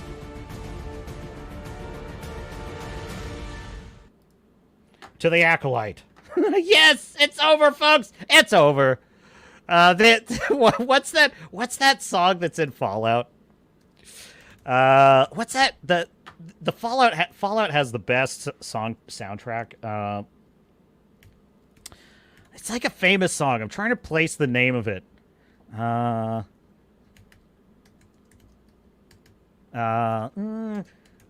just doing a Hail Mary search here. Just doing a Hail Mary search. It's like, anyway. I should have better prepared for that. Never mind, skip it. But anyway, the point is made. Now, it wouldn't be a celebration of the Acolyte's defeat if we did not turn our attention to where the salt is flowing. Because, you see, in addition to the woke mind virus, there is a second type of virus which infects the minds of certain people. Do you know what it is? It's called shillery by proxy, and it infects the minds of what we call shills. They suffer terribly, folks. There's nothing Disney can do to them that they do not want more of. There is no humiliation, no sadistic destruction of heroes, no depraved shipping that they won't clap like seals for, folks. And they need these projects to be successful because, frankly, folks, they're wackos. They're wackos. And they need us to like them. They need us to like them. And they don't like it that we have rejected the Acolyte. We have rejected Leslye Headland. We have rejected their sick worldview. And I would study them, folks, but they make me sick. Fortunately, there is a man who has he has written his doctoral peer-reviewed thesis in Shill Studies. He has a strong cast iron stomach, and he goes dumpster diving, folks. He delves deep into the swamp, and he just sifts through all the shit. He watches their streams, folks. He watches their whole streams, and he goes and he finds their most pathetic, just sad defenses of this trash. His name is GRIZZY, and he studies the shill. He studies them for posterity. He figures out what makes them tick. And so let's see. They're big mad, folks. They are so mad. I might lose Fu Man Blue, but I gotta take the risk, Fu Man. Hey, hang on. I'm queuing it up. Here we go. Putting a like on it. I always do. Hat tip, Mr. GRIZZY. Give him a like. Give him a follow. And here we go. So, what do you guys want to talk about? Star Wars The Acolyte is done. Canceled. Finished. So long, goodbye, adios, sayonara. GRIZZY is becoming a great YouTuber. Like, a really great YouTuber. Because he started out just doing compilations. He just compiled all their reactions, and he'd have one or two comments here and there. And what happened was they started, like, flagging his channel and striking him and all this stuff. And YouTube made him take down, like, all of his content for a while. So he had to adapt, and so he started weaving in more commentary. Then he started actually going on camera. Then he started doing live streams and member streams. He is becoming an excellent commentator on this stuff, in addition to just doing these great compilations. So let's go. Now, this may come as a shock to some of you, but there are a few people out there who are not too happy about it. A lot of people are pissed. A lot of people are really upset about this decision, and I think they are completely justified in feeling that way. Yeah, of course you do. I just don't get it. Like, if you sat down and watched The Acolyte all in one sitting from start to finish, how are you going to sit there and, first of all, tell me that you don't want more of that story? And second of all, sit there and tell me that that wasn't good.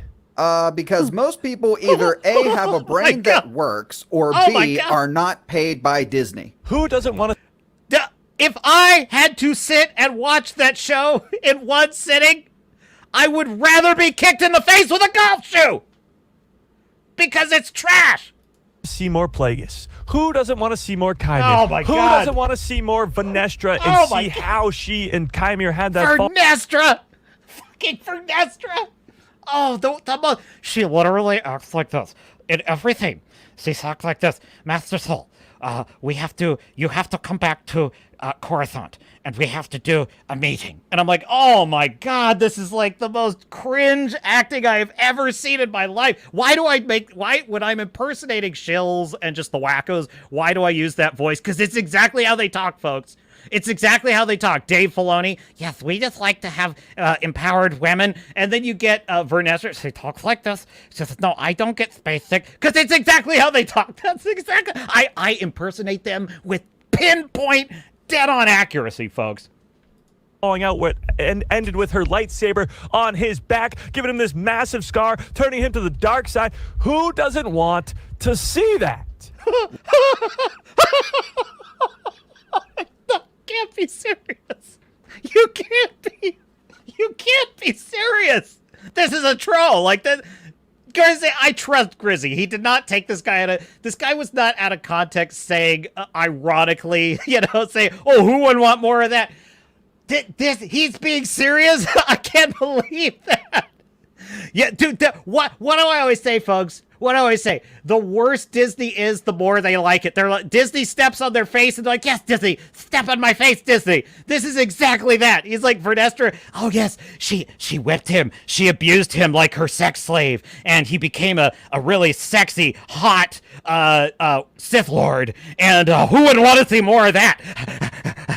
It's like, what are you... Oh my God. This is who Disney Star Wars is made for, folks. This is one of the most strange defenses of the show. I can't believe he's saying this. It's so funny to me. Roll tape. Well, I guess I'd have to say a very large majority of people actually. Oh my God. Is that not a thing of beauty? 18% audience score. 18. Humiliation. Humiliation.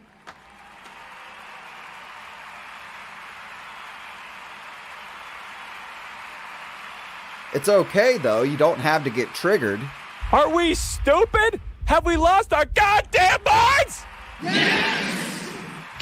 Sorry, the applause was on loop. Sorry about that. All right, run it. Can you imagine what would have happened if Marvel had decided not to proceed with Iron Man movies after Iron Man 2? You're actually comparing The Acolyte to Iron Man. Right, idiot, yes. And I think you guys already know at this point that these Acolyte shills They are a very sensitive, a very emotional group of mentally challenged people. So naturally, when the Acolyte gets canceled, these people need someone to blame for it. These people need desperately. Well, okay, so this is Kyle Katan. He is a shill. He is a shill. He says, quote, what exactly was the point of everything we as creators had to put up with? The constant cyber bullying from chuds and incels. And for what? Disney just sent them the message that if their tantrums are loud enough, they'll just cave. Kyle Katarn. What a fucking pussy. Like, what a pussy! Like, oh, we've been cyberbullied. You are the cyberbullies. You are the cyberbullies. Not us. Not us. You are the assholes who go around saying, oh, that everybody's racist, everyone's sexist, everybody's a homophobe. Oh, it's so stunning, it's so brave. Anyone who criticizes a female actor in a show, anyone who criticizes anything that Disney Star Wars shits out, you accuse them of being Nazis, you accuse them of being racist, you accuse them of being phobes of every kind, you treat them as though they're subhuman. You say the most disgusting, vile, divisive lies every single day when you don't get your way. And when you get called out on your bullshit, oh no, I'm being cyberbullied. I'm being cyberbullied. Like, get bent, dude. Like, grow up. Grow a pair. Someone to lash out at. At the very least, there needs to be some kind of formal statement from Lucasfilm explaining this decision and condemning the behavior of these fans who believe that they have won with their racism and homophobia. So, I rest my case, folks. Dude, I rest my case. Oh my God, like, there is so much to unpack here. There is so much to unpack here with this babe, assuming that's how she identifies. You can never tell. I'm trying to understand the mindset.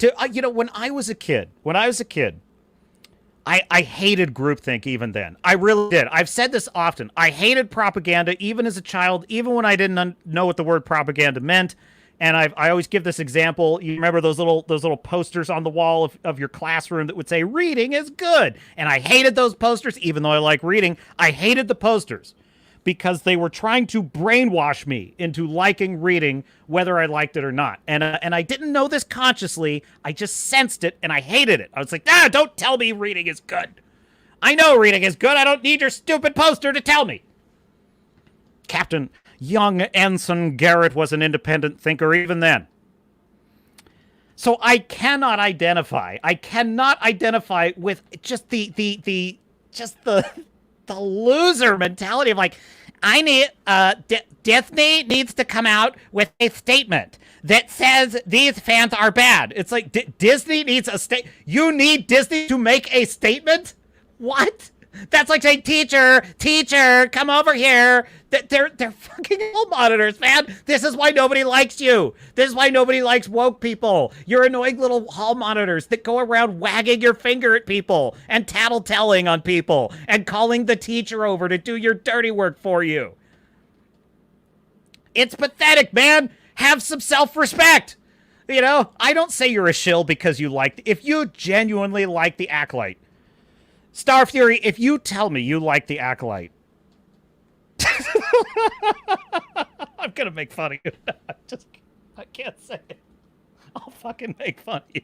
But that's because you're Star Fury. That's not the reason. No. I'm kidding. I'd be polite. I'd have questions. But I would not say you're a shill.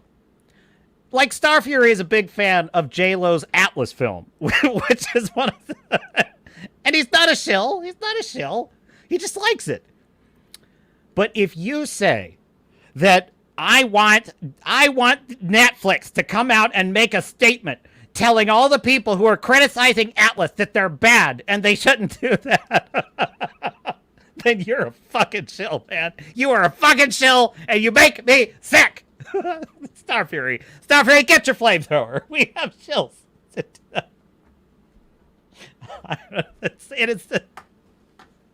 Okay. Decorum here, decorum.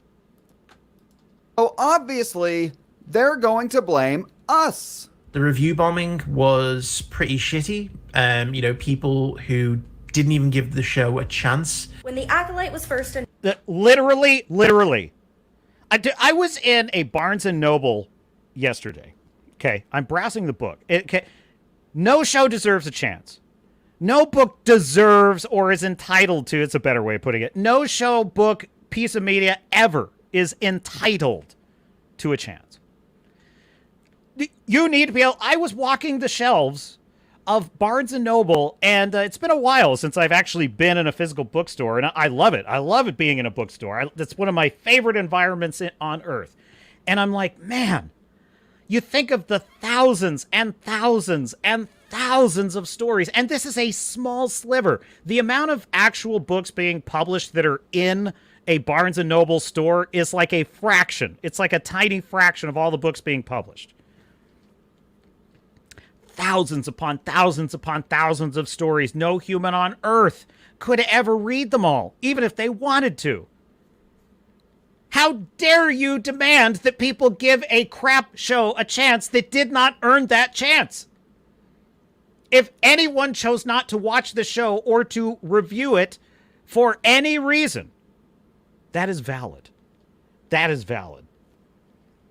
This is a bullshit argument.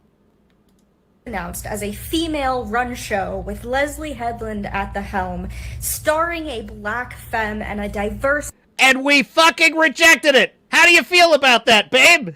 How do you feel? Is that you like it? Nobody liked it.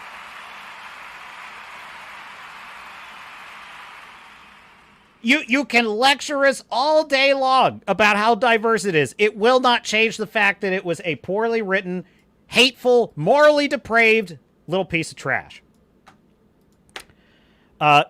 Your stupid identity politics were rejected. How do you feel about that? Cast of characters, unlike we had seen in a Star Wars project before. The review bombers took to the internet before the show even had a chance to air. We're getting insanely good Star Wars. Seriously, you know what I would seriously say to these people? If this is how you feel, demand that better writers take up your diversity projects. Seriously. You are the reason that your stupid diversity projects never work, because whenever a bad writer like Leslye Headland gets a hold of it, ruins it, and produces a trash product, you idiots defend it. And you get more of it. Oh, big surprise. You are the reason that your stupid ideas never get a fair hearing, because you never demand quality. You never demand integrity from the people making your stupid woke projects. If you had more self-respect, you might actually get something. You might get somewhere. Wars content, and we just have a portion of the fandom screaming and yelling about bullshit all the fucking time. Even something like the That's fair, because it's fun. piece of art that was Kenobi. The piece of art that was You gotta be Kenobi. shitting me. That, children, was the first time I sucked a dick for crack. Everyone in the Gatekeeper so bullshitted and complained about, like, oh, why is Moses here? Like, oh, why are the Inquisitors here? I hate the fact Nobody that the got that is such a bullshit strawman art. Nobody was saying that. Nobody was saying, why are the Inquisitors here? They were saying, how's that going to work? I thought Obi-Wan, nobody knew Obi-Wan was on the planet. How's that going to fit with the lore? That's what they were saying. Nobody was saying it couldn't work. They were just skeptical. are going to see this as a victory. I know that there's going to be a lot of people on the internet that are going to be taking this as like their own sort of win. There's going to be people who are going to be celebrating this news because even before the show got its first trailer, they were, vying for this show to fail because they don't like. Yes, sir, I was. Because it was a woke project written by a stupid woman who eats glue, and it failed, and we're happy as hell about it. How do you feel about that, Sir Madamorit? Dude, this is what... do not look at this little furball here and think that he's harmless. This is a nasty little covert like diversity. Narcissist. This is a passive-aggressive little soy boy right here who sits here, and he sits here saying, oh, I'm such a nice guy. I'm such a nice guy, but these evil Nazis, these evil racist Nazis who don't like the thing that I like, they are Hitler, And it's like, what? Fuck you, you passive aggressive little itch.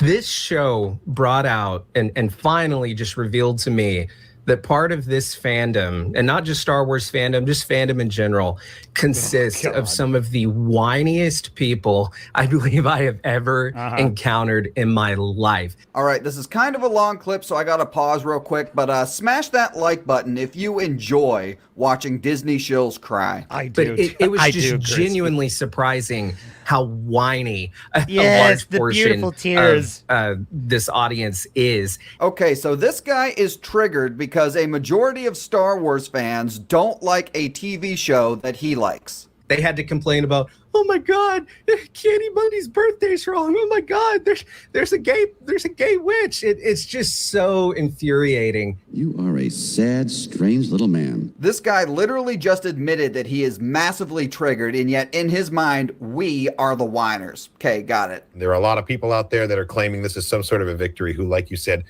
don't really have any power here, but they're going to take that credit, you know? I mean, Kathleen Kennedy's getting up there. She's going to retire one of these days, and they're probably going to take credit for that, too. This guy, by the way, is a huge Kathleen Kennedy supporter and defends her regularly. While there is enough here to make me become more cynical and a little bit more, like, distant about it, I'm going to choose not to do that because that's not the kind of person that I am. Hang on. Something else is needed here, chat. Something else is needed here. I can't quite put my... this is what I think we need. This is what I think we need.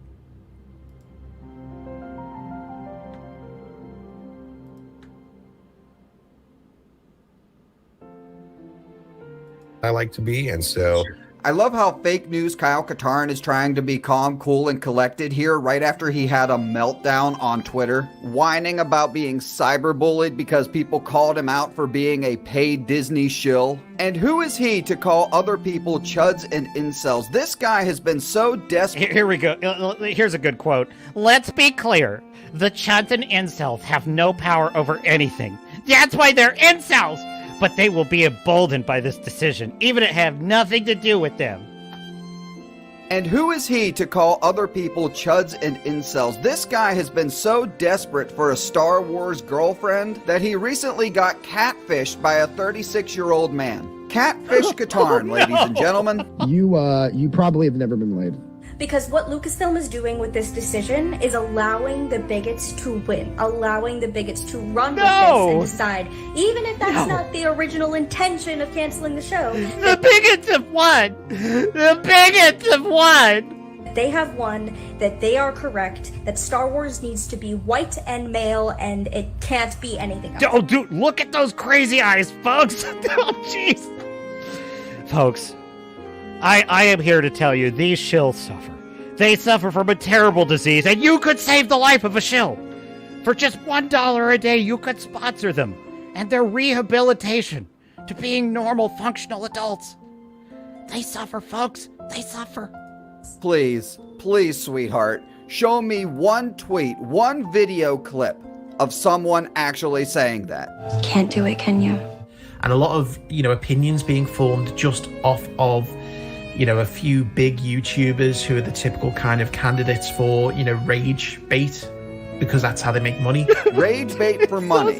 Yeah, because all you Disney shills, you're not doing it for the money. You're not doing what you do in the hopes that Disney notices you and rewards you for it. Your Star Wars theory, your Nerdrotic, your Geeks and Gamers. They're so mean. They're so mean, and they're always complaining, and they have no power. They can't do anything. But it was their review bombing that destroyed it. But they're just incels, and that's why they're unhappy, because they can't affect anything. But they were unfair and mean, and that's why it got canceled, and it's not fair. Folks, I believe, where was this? Yes, Darth Kulo has already said he will volunteer at a shill rehab center. Thank you, Darth Kulo. Thank you. With your volunteering at a shill rehab center, you will be helping them on the path to recovery. And for your $1 contribution, $1 per day, that's all it takes, you will receive letters from your sponsored shill with a picture showing their progress and improved health. with handwritten letters in crayon. And we will keep you updated. Thank you, Darth Kulo. Thank you. You know, all of the usual suspects who will rile up their audience. At least they have an audience, Simon, and they're not a dead channel getting less than 1,000 views on their Acolyte video here. Easy, Chrissy. Easy, man. We're working hard out here. Like you are. If you hate the show just because it was, you know, Disney and you think it was woke trash, that's not valid because, you know, you've not clearly taken the time to assess the show yourself with your own intelligence. Right. So Star Wars Theory... I have not assessed. You have not assessed it. This is a great show. It's a great show, and you didn't look at it with intelligence. Intelligence. The word intelligence associated with this show. Geeks and Gamers and Nerdrotic did not take the time to assess the show. No, I think it's more likely that you saw their thumbnails, got triggered, and didn't take the time to assess their videos, Simon. And, try to lose some weight, for God's sake. Alright, that's all I got for now, guys. Thanks for watching, and if you enjoyed... Thank you, Grizzy. It's a tragedy, folks. It plays out every day across the world. Shillery by proxy. It is a debilitating disease. Save the life of a shill.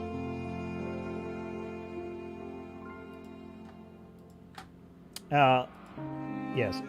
Mr. Producer, I thought that was the end of the song. Sorry. I was right. I had a great act there. I was like, yes, it's perfect ending. Oh, Acolyte, we hardly knew ye. It's so sad, isn't it, folks? They're just, God, they're like, oh, they're such whiners while they're sitting there just whining. Just get me a violin. I literally, like, I need a violin. I seriously do. You know, honest to God, it kind of struck me. One of those shills is like saying, it's such a shame. It's such a shame. We had all these stunning and brave women in it, and we had these stunning and brave minorities. So stunning, so brave. And it was unfair that it was canceled. Well, then you should have demanded good writing. You should have demanded, you know, this is the amazing thing about it. It's like, if you have an original idea, because they think this is an original idea, folks. They think this stupid diversity shit, this woke shit, they think it's original, and because it's so modern, it's so new, it's for a modern audience. They think it's amazing, right? Well, if that's what you think, if you think you're on the cutting edge, then you have to work harder than the competition. Okay? It's very difficult to pull off. Why do you think everything is a sequel, a prequel, a requel, a repurposed IP? Why is that? Because it's hard to be original. And when you're original, standing out is difficult to do. You have to work harder to be the next Back to the Future, the next Matrix film, the next Star Wars, A New Hope. Like, that's a gamble, and you've got to work extra hard. These shills are like, oh, it should just like, oh, be lazy and write stupid crap, and it's such a shame if it gets canceled. So, sorry. Of course, this is of course the baked-in flaw with woke thinking. They don't believe they have to assess reality. That's essentially that is the underpinning. That is basically the most underpinning principle. That is the bedrock of woke thinking, is that you do not need to accept reality, assess reality, or believe in objective reality. You just don't have to. So of course, they're incapable. They're incapable of recognizing the flaw in that argument. You should demand great writers. And when you should be pissed at Leslye Headland, Miss Pink Hair.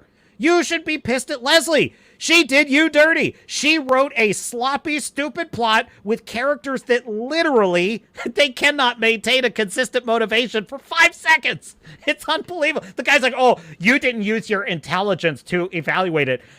Dude, I lost brain cells watching this stupid crap. I lost brain cells. Yeah, good riddance. It's gone, folks. It's gone. Joseph says there was no review bombing. Before Acolyte aired, Disney invited fans to 2 episodes and 4 episode screening, 2 episode and 4 episode screenings.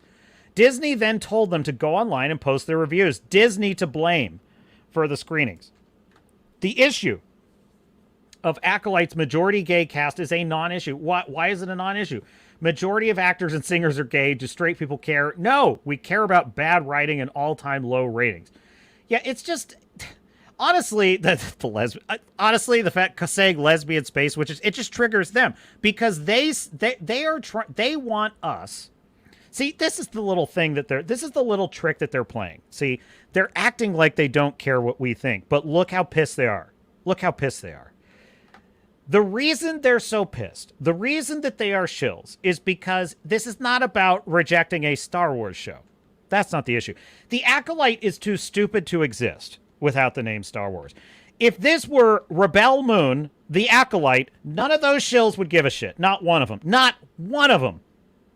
There are no shills for Rebel Moon based on a rejected Star Wars script. Why? Because it doesn't have the prestige. It doesn't have the prestige title Star Wars. So the only reason The Acolyte exists, which is a nothing show, a stupid show where nothing is really happening, there's no characters, there's actually really no plot. When you really get right down to it, there's no plot in that show that makes any kind of sense. So if it did not have the name Star Wars, it would not exist and they would not care.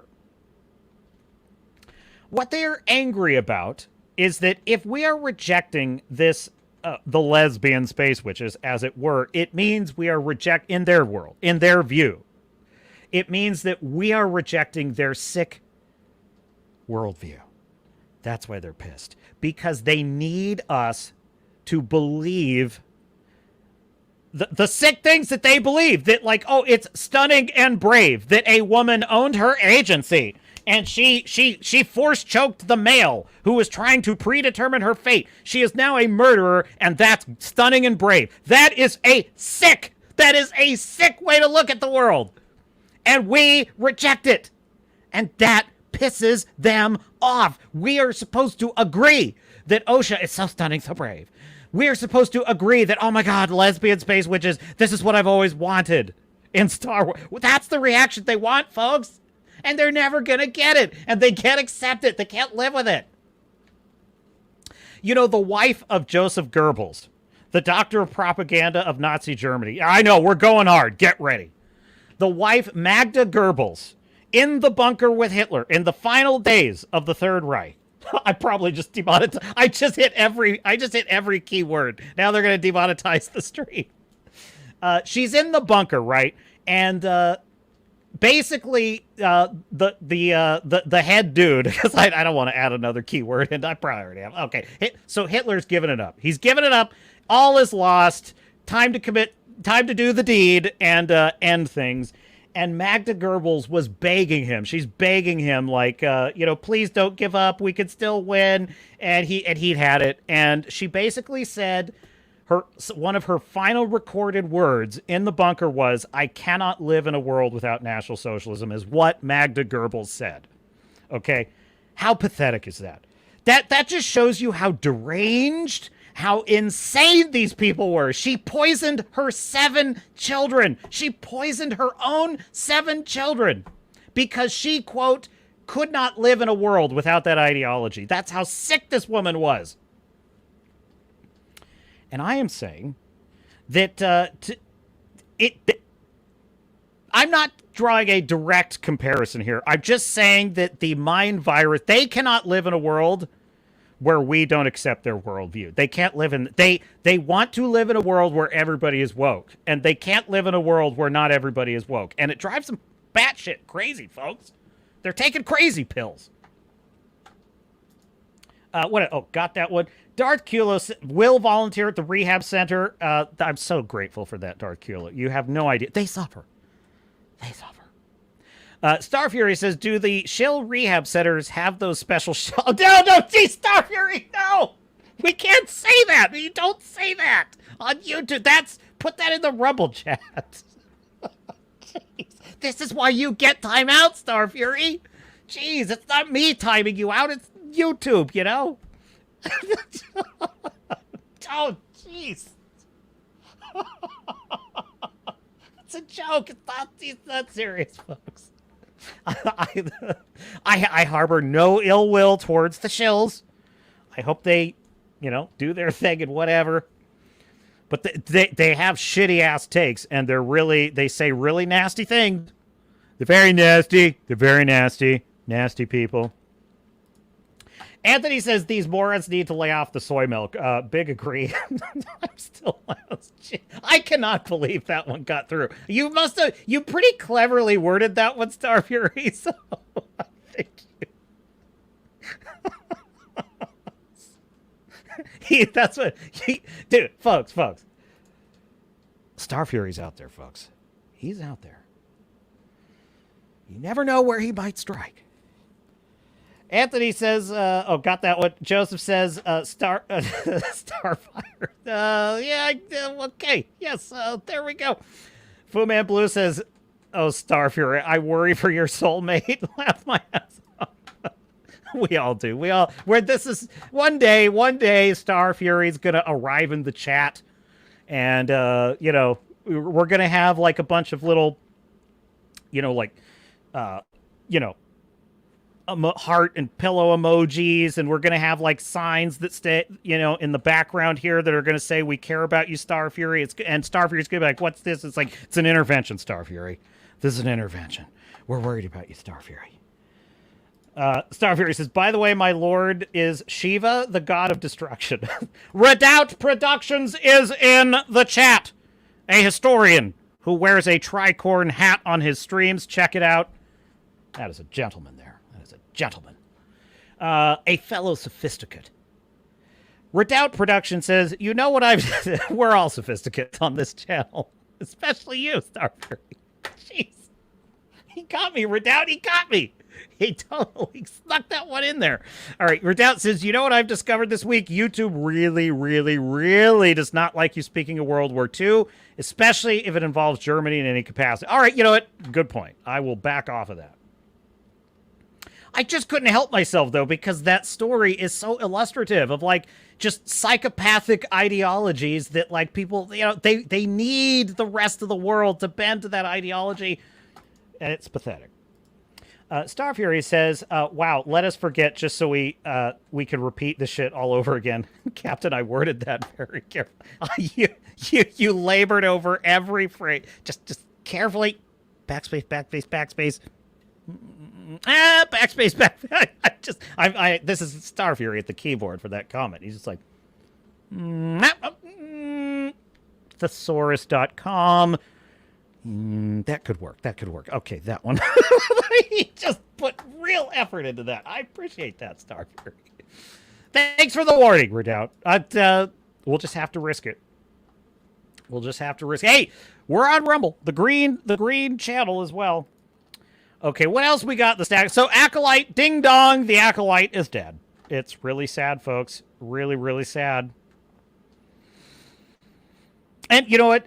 Halo, the Halo show, defeat, canceled. The Witcher, canceled. Star Trek Discovery, canceled. So, we have a lot of victories.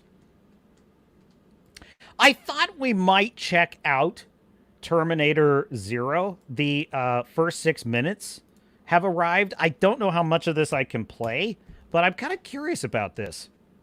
Let's see here. Terminator 0 looks sick. Watch the first 6 minutes, says Cosmic Book News. If the rest of this series is as good as the first 6 minutes, we're all in for a treat. So let me grab... I mean, the artwork is freaking brilliant. I love this. Love that artwork. Beautiful. There's potential here. There is serious potential. Where's the link to the video? So we'll go through the article. If they're giving me a warning, we'll do the article. Hang on. Let me share this tab.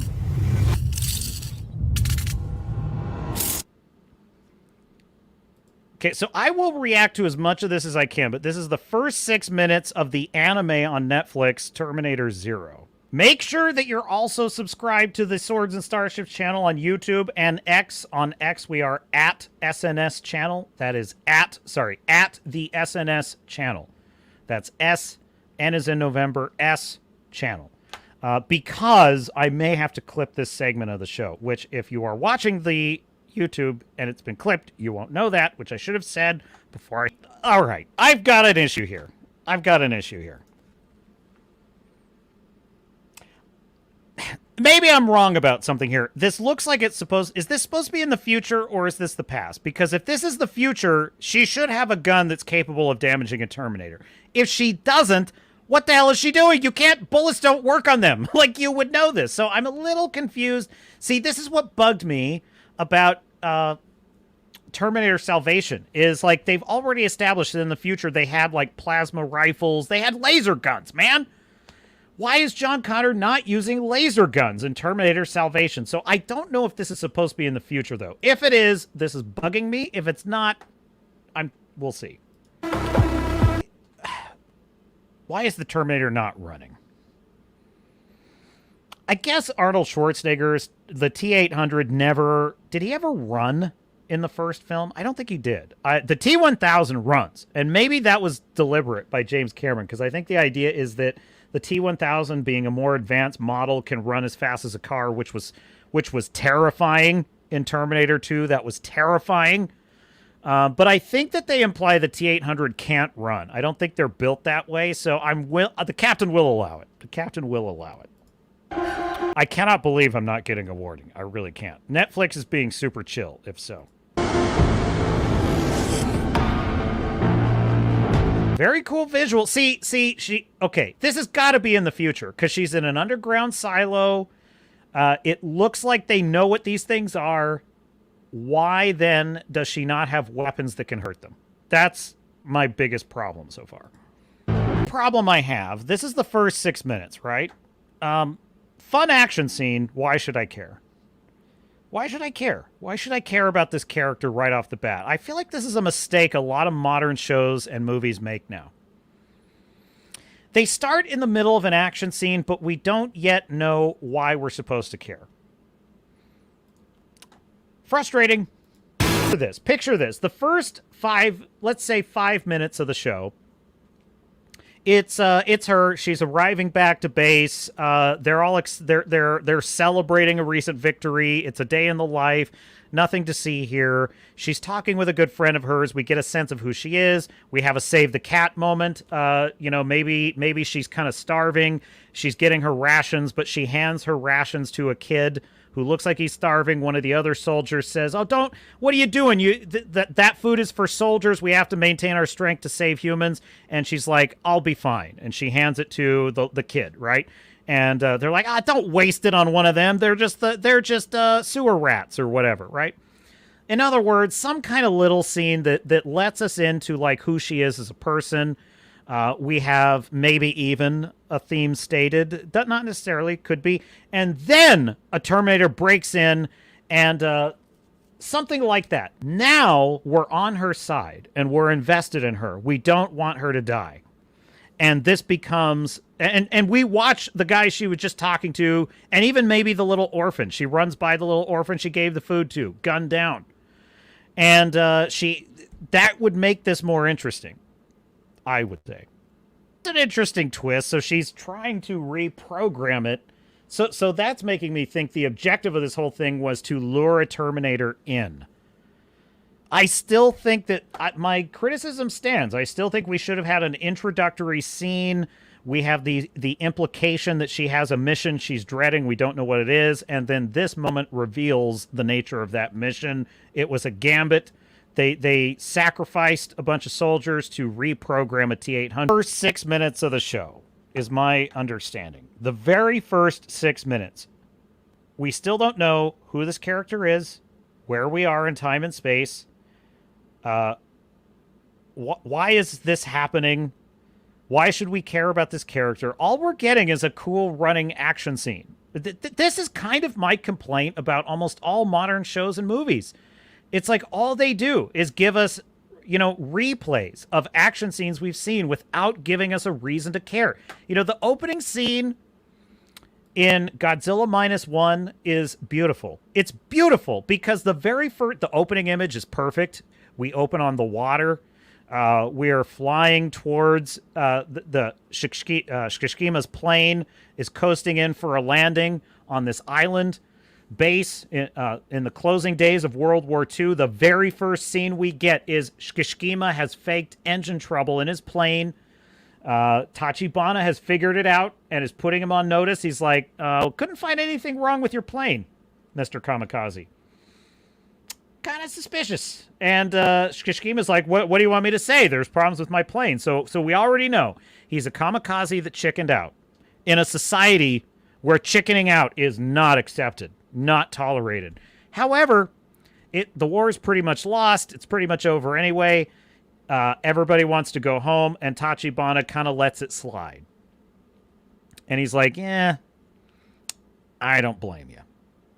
And it's kind of a wink-wink moment. Then the nascent fledgling Godzilla monster comes onto shore that night and attacks them, and Tachibana orders Shishkima to get in his plane and shoot the monster and shoot Godzilla. Before he's Mega Godzilla, he's still Little Godzilla, but he's still pretty scary. And Shishkima chickens out again. Now, what's brilliant about this moment is we as the audience don't totally know one way or the other whether it would act. We tend to think that it's not going to work. If he shoots Godzilla, it's not going to have any effect and they'll all die anyway. But we're not 100% sure about that, which is great. That's great. So in a way, we sympathize with Shishkima while also understanding why the others are pissed that he doesn't fire. And then it all goes tits up. Then we get the action scene. This is my point. Then we get the action scene. Godzilla trashes the island. Dude, that opening sequence is, it already blew the doors off in the first scene. Godzilla trashing that island base was one of the coolest things ever. It's terrifying. The camera work is amazing. The way it's looking up at Godzilla as he's like grabbing guys and stopping things. He throws the sound design in that film is perfect. Dude, it's a theater movie, 100%. And the plane like falls and it explodes and all this shit happens. We have a reason to care. We have a reason to care. That's the point. That's what makes the action great. All right, roll tape. The future. Confirmed. She has just climbed out of the silo, the ruins of Los Angeles or whatever. It's the future. Why doesn't she have a laser? Why does she not? Oh, God, I've been yelling too much on this stream. Why doesn't she have a laser gun? Why doesn't she have a laser gun? Why won't they do this? This is what I mean. They never deliver the promise of the premise in modern media. They just never do. I want to see, this is the problem with Terminator Salvation. I wanted to see Christian Bale, John Connor fighting robots in the future in the ruins of Los Angeles. The story is about him, and it's about him with a freaking laser gun. Can't I freaking get sharks with lasers on their head? I mean, John Connor with a laser gun?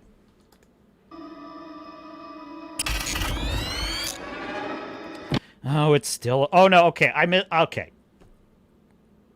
This is the bottom of the silo. I misunderstood. This is the bottom of the silo. I have to completely retract that last 10. Oh, God, they're ripping off the scene from Terminator 2 where Sarah Connor's at the fence. Oh, now listen, I'm not frustrated that they're showing a guy getting hit with a nuclear blast. What I'm frustrated with is that he's alive. I don't think people understand this about a thermonuclear weapon. If you are in the range of that flash, you're dead.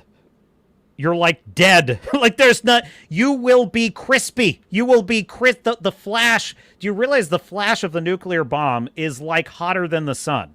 It will instantly set everything within probably about a mile radius on fire. Everything within a mile radius is going to be set on fire. It will evaporate the paint off of cars. Right now, you would have to be several miles away from a thermonuclear explosion for the flash to not burn you to death instantly. It'd still probably blind you if you're looking at it, but so the fact that in other words, what they're doing is they're recreating Sarah Connor's dream sequence where her skin gets blown off and she's still screaming. That was a dream in the movie. That's not physically possible in reality. She was dreaming. This is basically a ripoff of that, which doesn't make any sense because presumably this guy is not dreaming.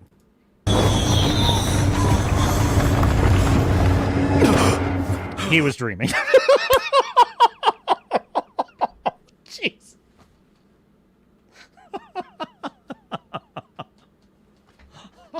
He was dreaming. Of course he was. Of course, they didn't know. They just lifted it. They just lifted the scene from Terminator 2. She's dreaming of the... whatever. 1997. All right, fine. Hat tip Netflix for being chill and letting me play that. I really appreciate that, Netflix. Thank you very much. We're gonna see what the chat thinks about it.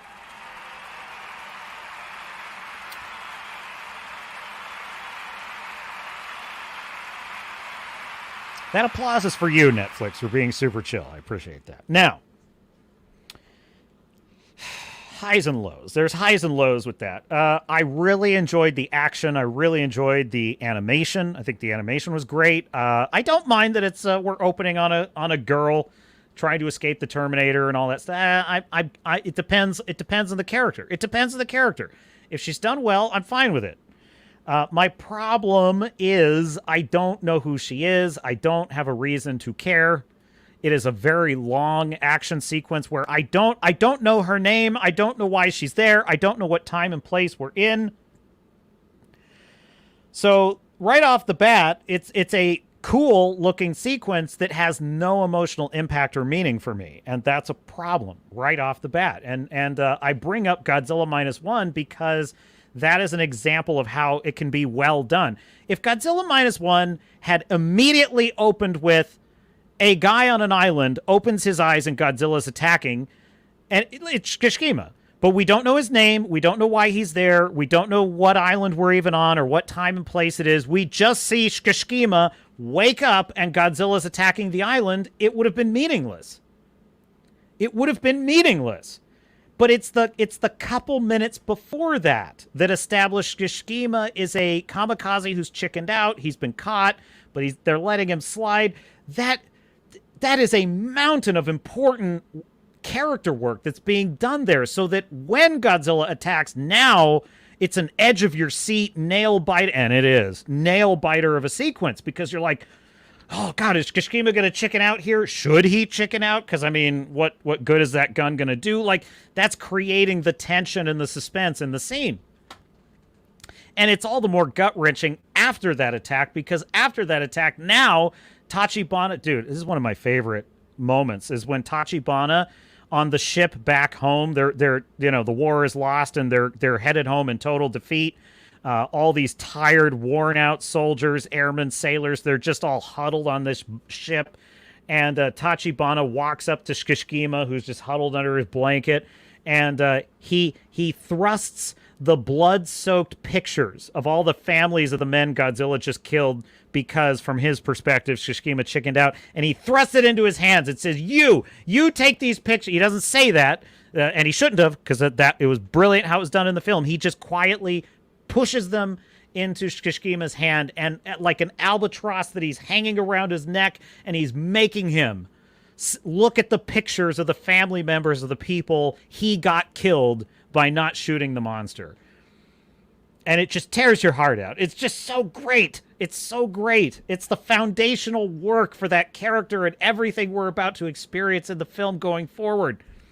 And it makes that third act when he's in the cockpit facing his fate, mano a mano, one man versus a towering kaiju Godzilla. It's one of the most magnificent scenes in the movie, in movie history. Why? Because of that work. Because of that work. Captain's on one today. I just so get out of here with this stupid shit about, oh, she's hiding in a locker and a Terminator's after her. Who is she? Why should I care? Like, I don't care. This is the problem with modern storytelling. So, I'm a little, as you can tell, I'm a little, I don't know if I like this one yet. Good action, but like, who's the dude? I'm more interested in the dude that woke up from the dream, to be quite honest with you. He's in 1997. The world's about to get blown up. Okay, cool. Why don't we start the show there? That's where we should start the show, if you want to know. Like, Stranger Things begins with a very cool action scene, but it's very short. We don't have a reason to care yet. It's only meant to tease What's happening? Stranger Things opening scene. I'm getting to you quick, chat. I gotta finish my thought on this, okay? Yeah, first 8 minutes. Let's just start here. Okay, this is an example of just right out the gate, starting with action, no context. We're just starting with an action scene. This is how it can be done in a way that really works, okay?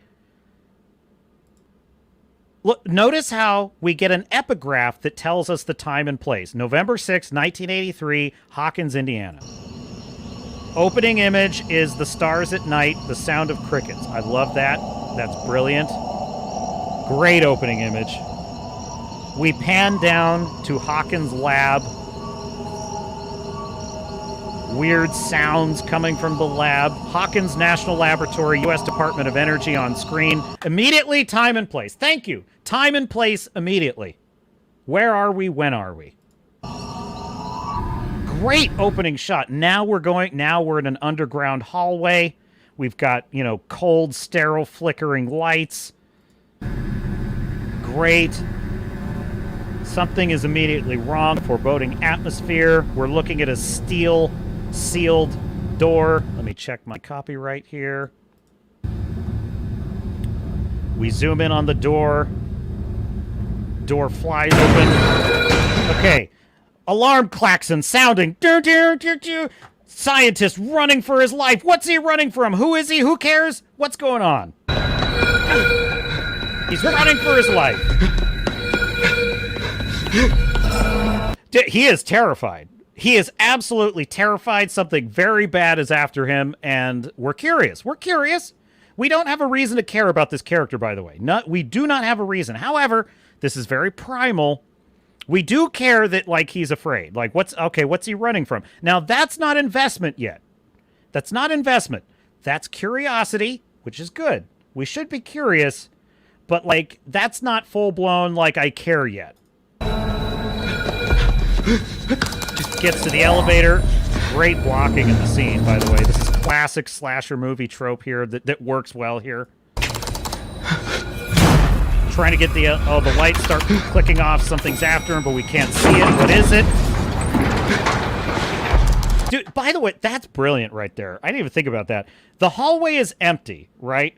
But he's looking over his shoulder as if the thing that's chasing him is right behind him, right? What's clever about that is that we as the audience immediately realize something supernatural is happening because the hallway's clear. There's nobody in sight, so he should be good, right? So why is he so afraid? So immediately it's hinting, it's telegraphing this is a supernatural threat of some kind or something much worse than a human chasing him, right?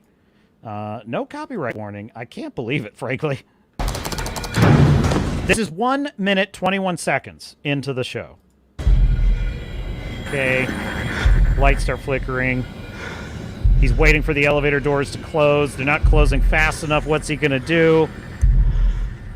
Hallway's empty. He should be good. He's clear. There's nothing there. He's fine. Why is he so afraid? Creepy monster sound from above.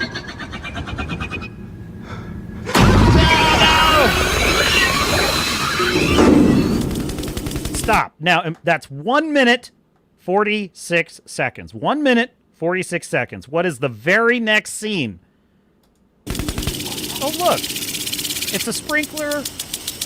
Typical all-American suburban house. Very peaceful setting.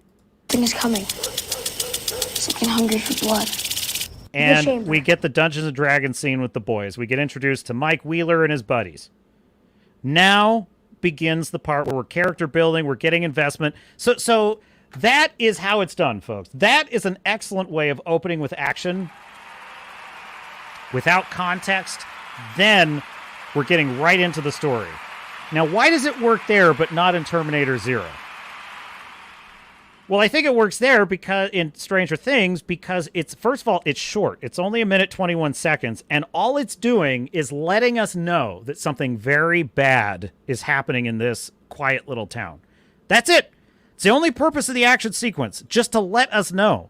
And the very next thing that we're seeing is the boys that are the focus of the story now we have something to worry about, because now in the back of our mind, it's like, okay, this seems totally unrelated. We've got, you know, these kids that are playing Dungeons and Dragons in their basement. But we just saw a guy fleeing from some kind of supernatural horror. We know something's on the prowl and there's danger, right? So that is how it's done. And now the story begins getting us invested in the characters. The problem with Terminator Zero is it's like 6 minutes. It's like 6 minutes of a character we do not know in an extended action scene with a Terminator. You should have shrunk that down to 1:46. She flees the Terminator, manages to kill it. It wakes up. That's the end. Now we cut to the protagonist of the show. We start getting invested. That would have been a better way to get at it. So what are your thoughts, chat? Let's see here. Let's see. The Crow is unwatchable. Yeah, we're going to talk about that, Joseph Ricci. It was shit. It was absolute shit. Oh, yes, Joseph saying there's a great show on FX, The Old Man. I did like it. I didn't love the ending, but yeah, Jeff Bridges as this crusty old geezer, but he was a super spy and he can still kick some ass, and his dogs are fantastic. That is a great show. I do recommend that. The Old Man, Jeff Bridges. Staffere says, I sniff more girl bossery, but given the franchise, I may give it a pass. Now, listen, girl bossery never gets a pass, but Sarah Connor's not a girl boss. Sarah Connor's not a girl boss. Sarah Connor is a brilliant character who, okay, so I'm reading this book called Character by Robert McKee. He teaches screenwriting and storytelling, and he's like a preeminent, he basically is the character in Adaptation that Nicolas Cage's character goes to the seminar and he gives him that lecture about, you know, Brian Cox plays him. He's a real guy, so it's a Charlie Kaufman film. So of course it's based on like real life characters. So yeah, one of the things that Robert McKee points out is that essentially character and plot is often thought of as separate, right? Is the story plot driven or is it character driven? Robert McKee has an excellent chapter breaking down how this was a dichotomy that was created by film critics. This was an idea that was created by film critics to describe movies. It actually has no real bearing on the actual craft of storytelling. And when I heard this, I perked up because I'm like, well, that's fascinating. Tell me more, Mr. McKee. And what he explains is that the false claim that there is a difference between a plot-driven story and a character-driven story based on the critic critique ignores an important... basically what it's saying is it's a way of saying, did the plot make sense? Were the characters well done? And it's kind of a film critic way of getting at it. In reality, plot does not exist without character, and character does not exist without plot. Because a character, the plot can be driven from the inside out, whereas, in other words, the character is driving the story by making choices and then dealing with the consequences, or a character has things externally that the plot happens to the character and they react to it, such as in the case of Shishkima in Godzilla -1. That's an example of the plot happens to Shishkima and he has to react to it, right? So it can go either way, and then the character has to make choices. So in other words, the character makes choices which results in changes, that's plot.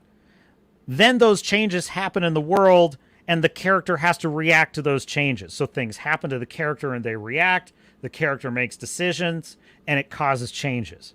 So in other words, plot and character live as one entity breathing together. It's very fascinating, very fascinating. Now, the reason that Sarah Connor works is because she starts out as a helpless little waitress, and a crazy machine from the future comes into the past and tries to kill her. An indestructible machine is going to kill her. And she would be dead if it weren't for Kyle Reese saving her. She doesn't believe it's real until finally she can't deny that it's real. And then Kyle Reese brings her up to speed. Then we get to the second movie, and she's been living with this truth for years. So in other words, the plot happened to her. She was living her life, minding her own business. Here comes this Terminator and turns her whole world upside down. She reacts to this by deciding, okay, then I'm going to have to learn how to fight these things. She spends the next 10 years of her life while she's raising her son, shacking up with mercenaries, ex-military, learning to fight, learning weapons, learning vehicles, teaching her son how to blow things up, hack into banks, all this stuff that he's going to need to save humanity. And she becomes this warrior because of how she reacted to the revelation that her son will one day lead the resistance against the machines. Character, plot, breathing as one, right? That's why she's not a girl boss, because the plot is happening, she's reacting, and then her reactions are creating the plot. Because of that reaction, her son thinks of her, her son winds up resenting her because he was robbed of an actual childhood, because his childhood was running around with ex-military learning to, to fight, which, let's face it, Staff Fury, that's probably a pretty fun childhood. Well, maybe not. She gets incarcerated for trying to blow up a computer factory. It's an unusual childhood. We'll grant you that. So her actions, her choices then result in the next part of the plot, which is her son thinks she's crazy and resents her until he finds out she was right. It's great. That's great character work. So listen, if the babe in the show is well done, the captain will allow it. But if she's a dumb girl boss, the captain will not allow it. Star Fury says, could be using depleted uranium-tipped bullets. Perhaps. I feel like that doesn't do... Well, perhaps. You may have a point there, Star Fury. Darth Kulo says he kind of runs after Kyle and Sarah when they first leave Tech Noir. That's true. That's a good observation. Speaking of the first Terminator film, does the T-800 run? He kind of jogs. He kind of jogs. He doesn't really run. The Terminator arrives precisely when the Terminator needs to arrive. Anthony says, I saw T2 Judgment Day 4 times in the theater. Oh, man. I was too young. That was the first movie that was rated R that I got to see, but I did not get to see it in the theater. But God, I love it. It's one of the best action films ever made. It just truly is. No build-up for that scene. Exactly. No, exactly. In Terminator Zero, that's the problem. There's no build-up. Now, I'm not... Like, I just showed how it can work. Stranger Things, first scene, it does work in that sequence, but that's because of how it's because of how it's setting up the next scene. If they just opened right with the boys playing Dungeons and Dragons, that might not...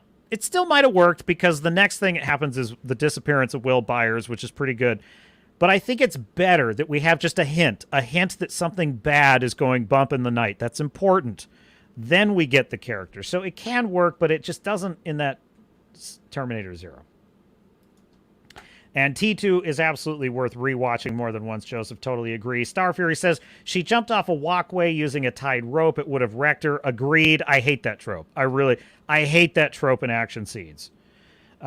Bruce Willis in Die Hard is the only action hero that pulled that off, and he did it with a fire hose because he's Bruce Willis, and he can do that. Anthony says Brad Feidel's score for T2 was awesome. All right, I'll check that out. Star Fury says that wasn't a metal rope. It kind of looked metal to me, but you said she would be dead as soon as the or you're saying it was? She should be dead as soon as the Terminator grabbed her. The rope would have split and she would have fallen to her death. I pretty much agree with you. Once the Terminator caught her foot and is hanging, I'm like, oh, come on. Oh, come on. Dude, that's what killed Terminator Salvation for me. It's like the Terminator gets its hands on John Connor, right? And what does he do? He throws John Connor. Why would you do that? No, all the Terminator has to do to win is squeeze. That's all the Terminator has to do to win. Squeeze. It won't even be difficult. It's a fragile little human. It's like just there you go, dead. Like, what? I don't understand that. I don't understand why directors think they can get away with that. It's so bizarre. Star Fury says, Godzilla never eats anyone. He just destroys everything. That's why I love him as a chaos monster. He does munch a couple in that first scene in Godzilla -1, and it's ghastly. But you're right. He actually, it was funny. I was watching that movie with my mom, and she was. We were watching the English dub, which was a giant mistake. The English dub is terrible. But in any case, she was like, why doesn't Godzilla eat people? And I'm like, Mom, that's not his thing. That's King Kong. Oh, I didn't know. It really ruined my fun. I'm like, she doesn't get it. She doesn't get it. Star Fury says, how dare you apply logic, sir? They are cartoons and completely weightless. That's probably the logic they used. Probably. Yeah, that's cringe, agrees Darth Kulo. Would have killed her within milliseconds, Anthony observes. Agreed. It's a big... Everything after T2 just doesn't work for me, because Terminator 3, same deal. You had John Connors getting thrown around when Arnie's been taken over, and it's like that's buying him the time he needs to like talk him down or whatever. Sucked. Star Fury says, I saw Blade recently, and when Blade grabs the underground train, he dislocates his shoulder, and he's a freaking superhero. Much agree. Wrangler says Galadriel would just walk through the thermonuclear shockwave. Dude, she'd let it hit her in the face, and she'd be fine. She took a pyroclastic flow. Minimum 5,000 degrees, atomized glass that will tear you to shreds from the inside out. Just takes it right to the face. Doesn't care. Gives zero fucks. Anthony says, I'm going to rewatch Spawn, the animated series on HBO tonight. Is it good, Anthony? I may have to check that out myself. Staffhere says, Galadriel would get a pleasant suntan from a nuclear blast. She would. A pleasant sun. Oh, it's awfully balmy out here, she'd say. Oh, it's barely an inconvenience. Where was I? Everyone in the chat sort of big agree there. Star Fury says Chuck Norris is Galadriel's side piece. Fu Man Blue says I just finished The Terror on what's that? NF? Netflix? It's dark and is it on Netflix? Oh, if it's on Netflix, I'm watching it. Oh, I love that show. The book is even better. If you haven't read the book is fantastic. I highly recommend the first season of The Terror. It's about the sailors trapped in the ice with a monster. It's freaking amazing. Great show and a great novel. Anthony Timmons says maybe that scientist is running because he has explosive diarrhea. Well, maybe. Star Fury says the pizza order's in. He wants it while it's hot. Yeah, I guess so. Yeah, it's... we'll see. That one bad opening scene is not necessarily going to wreck the whole show. I'm open to it. I'm going to check it out. Look, every once in a while, Netflix drops a good one. I love Arcane. I think Arcane was brilliant. Great show. So every once in a while, they knock it out of the park. One Piece was great. The Fall of the House of Usher was fantastic. Really fantastic. Really fantastic. Who's the showrunner on that again? Fall of the House of Usher showrunner. Mike Flanagan. That's right. Mike Flanagan is very talented. Really one of the best showrunners out there right now. So we'll check it out. We'll see. Oh shit. I totally forgot about this. Did I? I wanted to... I thought I had something in here. I guess not. All right. Well, let's talk about The Crow a little bit, okay? Because I went to see The Crow last night. And it literally is because I love movies. I felt like seeing a movie. I could have gone to see Deadpool and Wolverine again, and I did consider it. But I don't know anything about The Crow because I never saw the original film, never read the comics, wasn't really my thing. I wasn't even really planning to see it, but I just thought, well, I really like Bill Skarsgård. I really like Bill Skarsgård a lot, and I have not heard anything about this movie one way or the other yet. So why not take a chance and just see if it's something cool? And maybe I get pleasantly surprised. And we'll see what happens. So I go to see The Crow. I'm sitting in the theater before the movie starts, and I was putting my phone on, just about to put my phone on silent, but I was scanning through a couple things on it.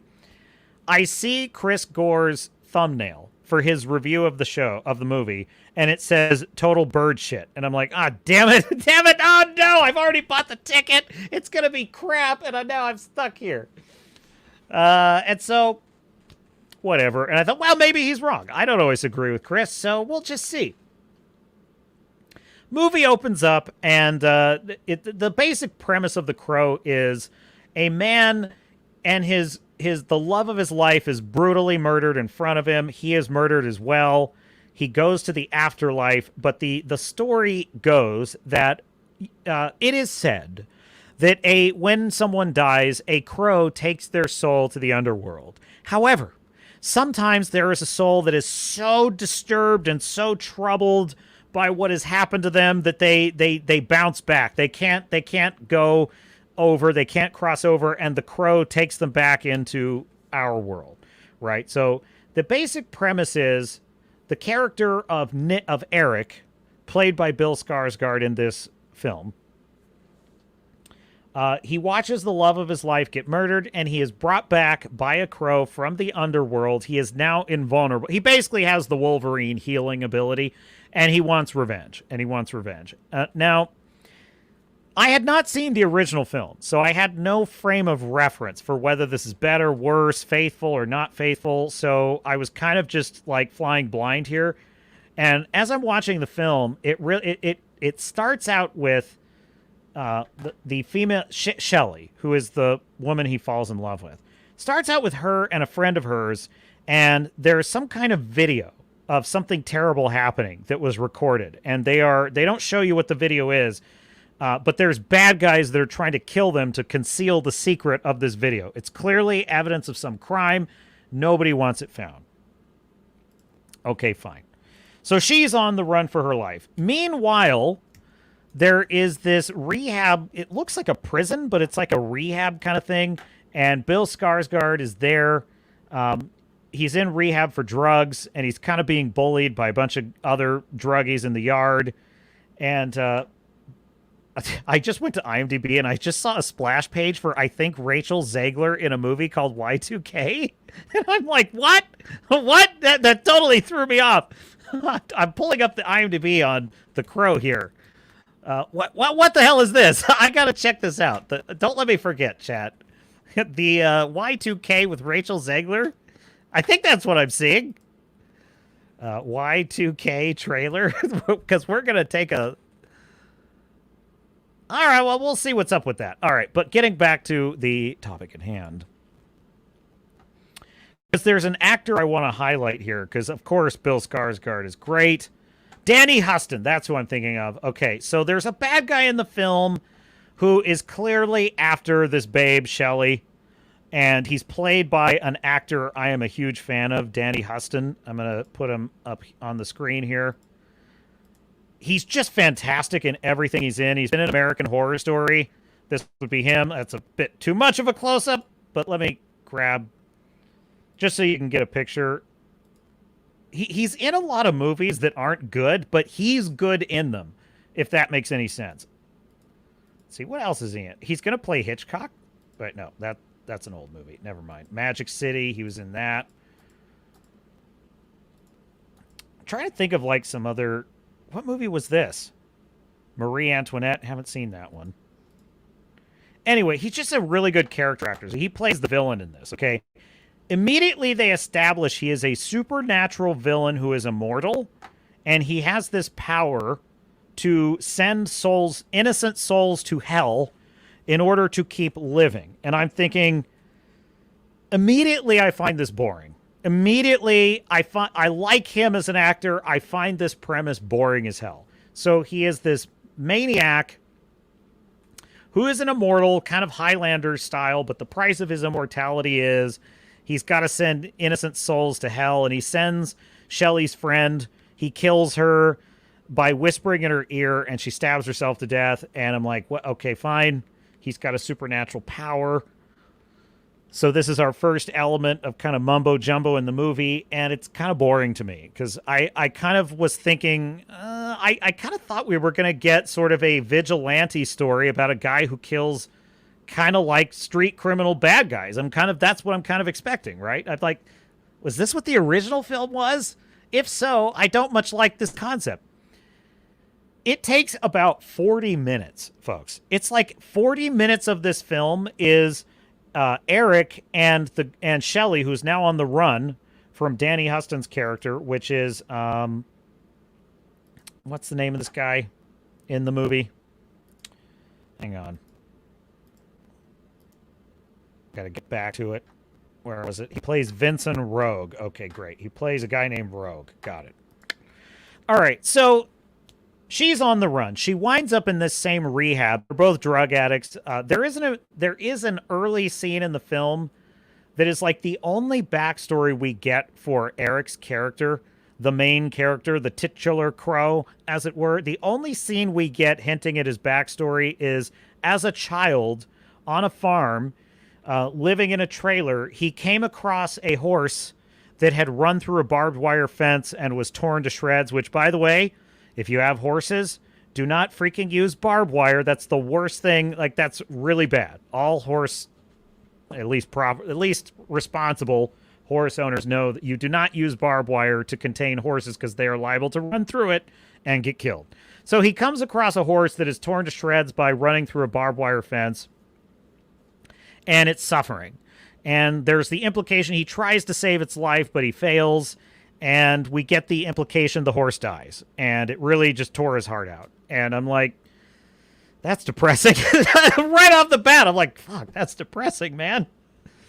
And there's this voiceover from him. He's like, sometimes when someone you love so much dies, it just crushes you and you can never recover. And there is kind of a clever line about, it's a quote from Ernest Hemingway, life breaks us all, but those of us that break become stronger at the break points. Those of us that won't, that refuse to break, die. And I'm like, geez, that's depressing. Like, that's really depressing. This is a very emo movie right off the bat. Whatever.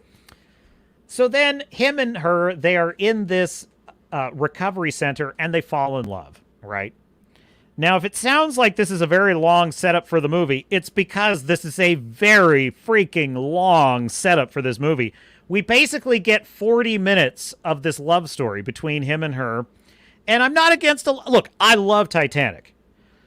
As Walter White said, my hand to God. I love Titanic. Love story and all, okay? So I'm not against a love story. Don't misunderstand. However, I found this love story very cloying. I found it very melodramatic, and there were moments that were fine, but mostly I was pretty bored to tears, okay? But I'm thinking, well, I guess you have to set up why he's so over the moon for this babe. But then the inevitable scene finally happens in which the killers catch up to him. They kill them both. He sees her die. And he has to come back from the afterlife and avenge all their deaths. And what follows is a very long, slow, very bloody, kind of John Wick-style story about an invulnerable man seeking revenge. Okay. I'm not going to spoil anything further. If you want to go see it, go check it out. I found this film slow, dreary, boring, and it reminded me of like listening to an emo teenager just whine, just whine and whine and whine and whine about how like life is so meaningless. It's so terrible. It's so awful. And I'm not belittling anyone that's going through depression. Believe me. I'm not saying that that's to be laughed at or anything, because that is serious. And, I understand. I understand that. I've struggled with that myself. But I'm just saying that, like, it's so much. Like, the film doesn't have any kind of... And what's strange about it is the love story between him and her should be the kind of ray of sunshine in the story. But the idea is that they're both drug addicts. They are both very broken people. They're both a bit crazy. They're kind of like the Joker and Harley Quinn. Like, no lie. They're kind of like Joker and Harley Quinn. I'm even thinking that, like, this sounds like a less interesting version of what I'm probably going to see with Joker what is it, La Foi Deux or something? What is the Joker 2? What's the name of that? Folie à deux. I have no idea if I'm pronouncing that correctly. I'm going to use Google here because I want to be snooty. I want to impress all my friends with how I pronounce this. Here we go. Folie à deux. Folie à deux. Literally meaning madness between two. Folie à deux. Folie à deux. One more time. You know what? Let me share my screen. I'm going to share this. Let's go on this journey together. Okay, here we go. I love this guy. This guy is like my spirit animal. It as folie. Folie à deux. À deux. Folie à deux. Literally meaning madness between two. Literally meaning madness between two. A delusional mental illness shared. A delusional mental illness by two people in close association. A delusional madness between two people. Okay. In close association. In English, it is said as folie à deux. Folie à deux. It's easy. And now you know. More videos for you here to learn more correct pronunciations like this video if you found it useful. Thanks for your support. Folie à deux. Folie à deux. Folie à deux. Okay. Now let me pretend that I knew that all along. All right. It makes me think that like Joker Folie à deux is actually the film I would rather see about this mad and if you don't know, Folie à deux is a French term that means a kind of shared madness between two people that are closely associated. So it makes sense. And that's kind of what... see, I can impress everybody now. They're like, how do you know so much, Captain Garrett? I'm like, well, I earned my title and rank through many years of fictional nautical service. Now, this is like a bad Folie à deux in which... Bill Skarsgård and this, again, I'm sorry to say this, folks. I'm sorry to say this, but it's another Kaylee Spady, another kind of forgettable female lead. I don't know what it is. It's like the NPC patch has gone out, and all women that are cast for films must be sort of generic, forgettable people. And I'm no disrespect to the actor. I'm sorry to report that I'm not criticizing her personally. I'm criticizing the work. I'm sorry to say it. She's very forgettable in this film. And I'm thinking to myself, this is because people rave about that Crow film from 1993 with Brandon Lee. He was killed on the set of the film. It's kind of a famous, legendary thing about that film. And people kind of rave. Like, it has a huge cult following. So I'm thinking to myself, like, if this is what the first film is, like, that sucks, man. I'm glad I missed it because this is boring as hell. And I just, listen, I don't understand how you can create dramatic tension with a character that can't die. Honestly, it's kind of a problem with Deadpool and Wolverine.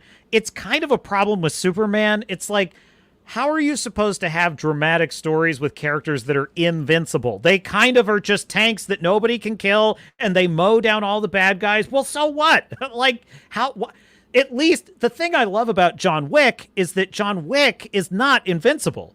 Now, in the fourth film, it was getting a little ridiculous. He's jumping out of 4-story windows and surviving. That did bug me a little. That being said, most of the time, John Wick, he can get wounded by a bullet. In theory, if he weren't so damn skilled and he weren't a man of such patience and determination, a man of singular focus. If he weren't such a man of singular focus, he's mortal. He can die. Okay? That makes John Wick fun and interesting. If John Wick were immortal and had Wolverine's healing ability, I don't understand. The interesting thing is I'm watching the first X-Men films and Wolverine has gotten super OP because in the first film, like, Wolverine gets knocked out by, like, being thrown through a windshield. He gets thrown through a windshield by a collision in a car and lands in the snow, and he's unconscious for like 5 minutes. There's another scene in the first film where, in the second film, he gets shot in the head and he's knocked out for a couple of minutes. And I'm thinking, dude, he is way overpowered now because literally he can take thousands of rounds of bullets and just shrug it off. And I'm like, that's not how he was in the first film. Anyway. Nevertheless, how can that be an interesting character if there's not some kind of weakness, if there's not some kind of character that could conceivably kill them? I don't understand how this could be interesting. Well, this is my problem with this movie, The Crow. He can't die. And now there is a weakness that he is given in the film, which is that if his love for her becomes shaken, he loses his powers, which is exactly what happens in the bad guys close-in moment of the film. He doubts her because of something bad she supposedly did. And he starts to love her not as much. And he loses his powers. And I'm like, oh my God, this is so lame. This is so lame. I'm like, yeah, I don't like this at all.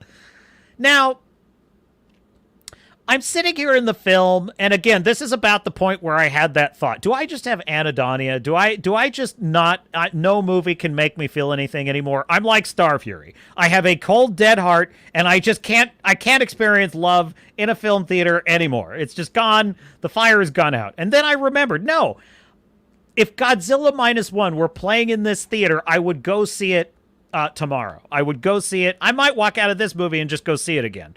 And the fourth time I watch it, I'm going to love it and fall in love with it. And my heart will bleed for Shkishkima and Noriko and Akiko and his neighbor and the plucky little crew of the ship, the boat. I will love every minute of it. And I'll even feel a little bit bad. I'll be saluting as Godzilla goes down at the end because he fought hard. You got to give the big guy credit, you know? So no, this movie sucks, is my point. This movie sucks. So I'm sitting here and I'm thinking like,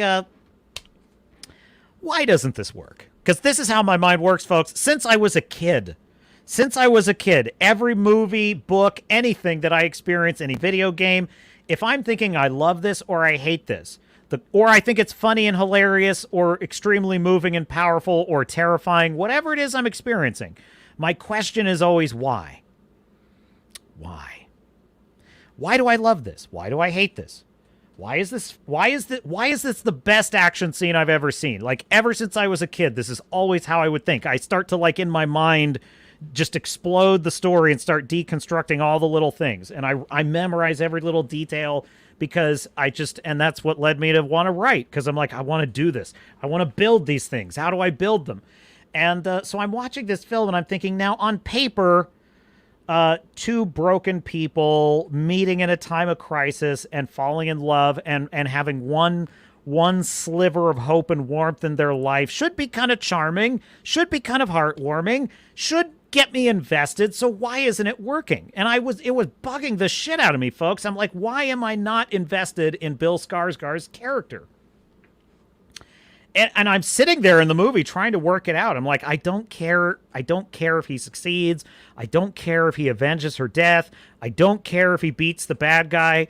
I should. I don't. I don't understand why. And then it hit me, folks. Then it hit me. There's no irony in the film. There is no irony in the film. Now, what do I mean by that? Well, what I mean is the film begins with Eric, the titular Crow, played by Bill Skarsgård. It begins with him as being a sad, depressed, drug-addicted, nihilistic person who sees very little meaning or purpose in life and is sad, and he's got a broken heart. It's not really clear why he's got a broken heart, other than the scene with the horse. There's nothing else. We don't know anything about his life as a kid. We don't know anything about, like, his parents or anything. There's not a person that he's lost. There was the horse, which is sad. But he's this heartbroken as an adult over a horse that died when he was a kid? I mean, come on, man. That's a little thin, you know? But he's a broken person with a broken heart, with a broken worldview. Okay, fine. He meets a woman who is a broken person with a broken heart with a broken worldview. Okay, fine. They get together, and they are two people with broken hearts, with a broken worldview, who are broken people, but they love each other even though they're broken, and are mulling the possibility of a couple suicide jumping off a bridge. Because they're broken, the world is broken, and they're broken people, but at least they're broken people who have each other. Okay, fine. Then other really more broken bad people kill these poor broken people, and they're even more broken as they're descending into the broken afterlife. Now he's a broken, sad person in the they show the afterlife in this, folks. Now he's a sad, even more broken guy in the afterlife, and he must return to the human world and put things right by straight up murdering a lot of people. A lot of people got to get murdered for him to set things right. Okay, fine. So now he's a super duper broken guy who can heal from bullets, and now he's using that brokenness to kill a bunch of even worse broken psychopathic people in a broken world, in a broken city. And then he fails at this because he finds out this broken person he loved was more broken than he thought, and now because he's so broken, he doesn't love her anymore, and he loses his powers. He goes back to the afterlife. Spoilers for The Crow. 5, 4, 3, 2, 1. Spoilers for The Crow, the remake. He goes back to the afterlife, and he learns that he's not broken enough. Are you starting to see the problem here? Then he realizes, no, I'm so broken, I'm going to make a deal with you. My soul for hers, I'll go to hell in her place. And they send him back, and he's now John Wick super. He is super duper mega broken now, and he breaks, and he just massacres. He massacres all the bad guys. Okay, great. I don't care. Why don't I care? Well, because there's no irony in all of that. He's exactly who he's always been at every stage of the film. He is a miserable person who uses that misery as a weapon against evil. Okay, fine. That's just not that interesting. I find it melodramatic. I find it emo. I find it very self-indulgent. I was so bored. I'm like, oh my God, how much longer is this movie? I don't know why people like this. This is the most depressed I've been since Barbie. This is the most depressing movie since Barbie. Seriously. I'm like, oh my God, life has no meaning. There's no purpose in anything. Nihilistic, miserable, even as he's murdering all these bad guys. I don't care. It's like, oh, that's a great kill. Who cares? I care when John Wick is killing bad guys. I don't care when this guy is doing it, okay? Now, Bill Skarsgård is pretty, he's just great. He's just fantastic. He could read the phone book and it would be interesting. There's this super dramatic scene where he's putting on the eyeshadow. It's kind of an eye roll. Now, I get out of this movie, right? And I'm giving this movie a 4 out of 10. It's pretty much crap. It's pretty much 2 hours of boring. It's 4 out of 10. I'll give it 4 out of 10. It's not super woke. It's not the worst thing I've ever. Actually, it's a bit stealth woke, and I'll get to that. I'll get to why it's a bit stealth woke in a second. But I didn't think it was a very woke film when I walked out of the theater. That wasn't really the problem. It was mostly, and on paper, it kind of works. Some of the dialogue is very basic. Very boring. I just had to know, was the original film like this? Does the original film work in a way that this does not? And I just remember thinking, again, it's the same problem with that Terminator Zero. I had no investment in Shelley. I had no investment in Eric at any point in the film. I was just never rooting for the guy at any point. I didn't even care when he watches his love get murdered in front of him. I didn't even really care that much. I was like, okay, it was coming. You know what I mean? The film opens with she's on the run from these guys. I know they're going to catch her. That's the whole reason we're here. I know that's what's going to happen. So waiting 40 minutes for that to happen did not help me become more worried about, more sad when it happens. Because I was almost relieved. I was relieved. Thank God, finally. This is the inciting incident of the film. Why is it taking 45 minutes to get here? Whatever. So I put on the first Crow film this morning, and I watched it, okay? It's free on Amazon Prime if you want to see it. Would you like to know what the opening image of The Crow, the first film with Brandon Lee, is? The opening image is Detroit on fire. You have my attention, film. An epigraph establishing time and place. Devil's Night. Wow. That's already more interesting than this film I just watched in the theater. Okay, what do you got for me, movie? The mood? Very interesting. It's got a unique gothic tone. The mise en scène, which is a snooty critic's term, which just means the overall feeling of the film. The mise en scène is drawing me in a way that, frankly, if I were to describe the mise en scène of the first Crow film, I would say it is ruthlessly dark and gothic. If I were to describe the mise en scène of the current Crow film, I would describe it as typically moody and gray. Next, in the original Crow film, we see that there are fires being set by arsonist crazy thugs that are just running wild in Mad Max fashion all over the city, and it's shocking and kind of terrifying. Then we see this young couple who have been murdered in their apartment. And we see that the Ernie Hudson, Winston from the Ghostbusters, is playing the beat cop. Or no, he's not a beat cop in this scene. He's a detective. And he's photographing the murder of this innocent couple on the night before their wedding. This is so terrible. It's clear that she's been brutally murdered. And that would be Shelley, and Eric has been thrown out the window and is dead. And it's a shocking, brutal murder. Now, do you notice something here? The current film opens with Shelley alive and on the run from Danny Huston's character, pivots to 40 minutes of her and Eric falling in love. The original film opens with they're both dead. It opens with they're dead, and all we're seeing is the aftermath of the murder, and it's horrifying. Fascinating difference, isn't it? Then, and by the way, there is so much cringe afterlife stuff in the current film, and I was wondering about that. I was like, okay, is there a bunch of like metaphysical afterlife stuff going on in this first film? You never see the afterlife in the first film, ever. It's never even mentioned. There is a voiceover from a character in the film that explains the Crow thing of like, oh, some souls come back. Okay, great. It kind of like most of the first couple minutes of the film focuses on Ernie Hudson's detective character who's sort of investigating this scene.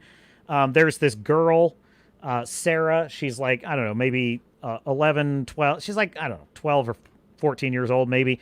And she's kind of just a hooligan, and she lives by her wits. Her mother's kind of abandoned her, and she's sad because Shelley and Eric were her friends that sort of took care of her because her mom is a druggie and doesn't take care of her. All pretty interesting, kind of getting me invested, right? Notice, that's a save the cat moment for characters that are already dead, that they're already gone. And we have a save the cat moment for Eric and Shelley, which is that they were good people that were taking care of a kind of abandoned girl that lives in this shitty, rundown urban neighborhood. And they were taking care of her. Because her mother's a druggie. That's established later in the film, and that's why she's sort of abandoned. Then we cut to 1 year later, the graves of Shelley and Eric, the tombstones of Shelley and Eric. Eric climbs out, Brandon Lee's character climbs out of his grave, stumbles home, and in flashbacks, like sort of sharp flash cuts, we see images of his girlfriend, his soon-to-be wife, his fiancée, being in a home invasion, brutally gang raped and murdered by these psychopaths after they shoot him and throw him out a window. Something very important to note here. In the current film, they totally cut out that element of the character. By the way, in the comic book, it was the same. Different setting, but that was what happened. She's basically gang raped and murdered.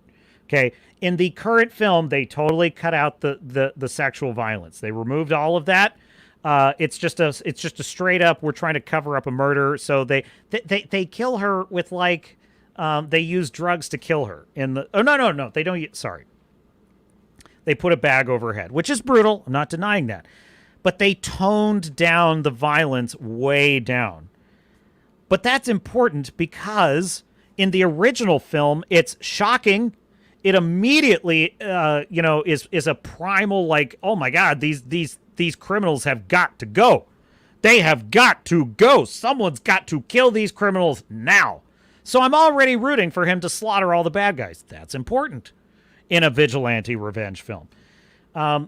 He immediately starts becoming the Crow in the first scene in the film.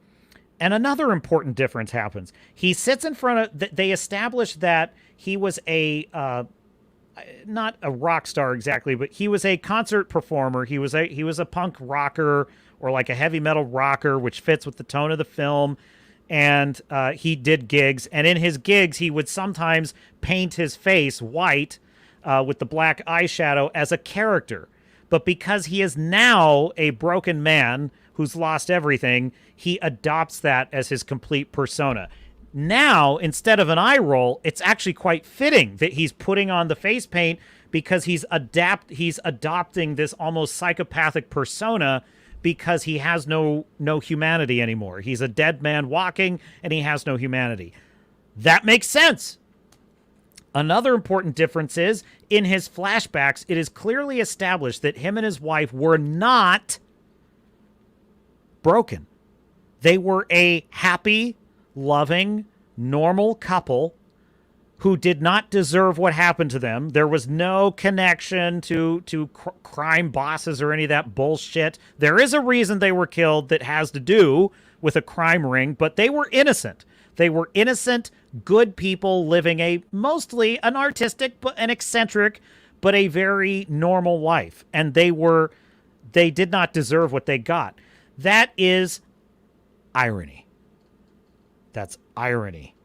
In other words, before he was murdered, Eric was not the Crow. Before he was murdered, he was a good guy. He was a normal guy that is not going to go on a murder spree.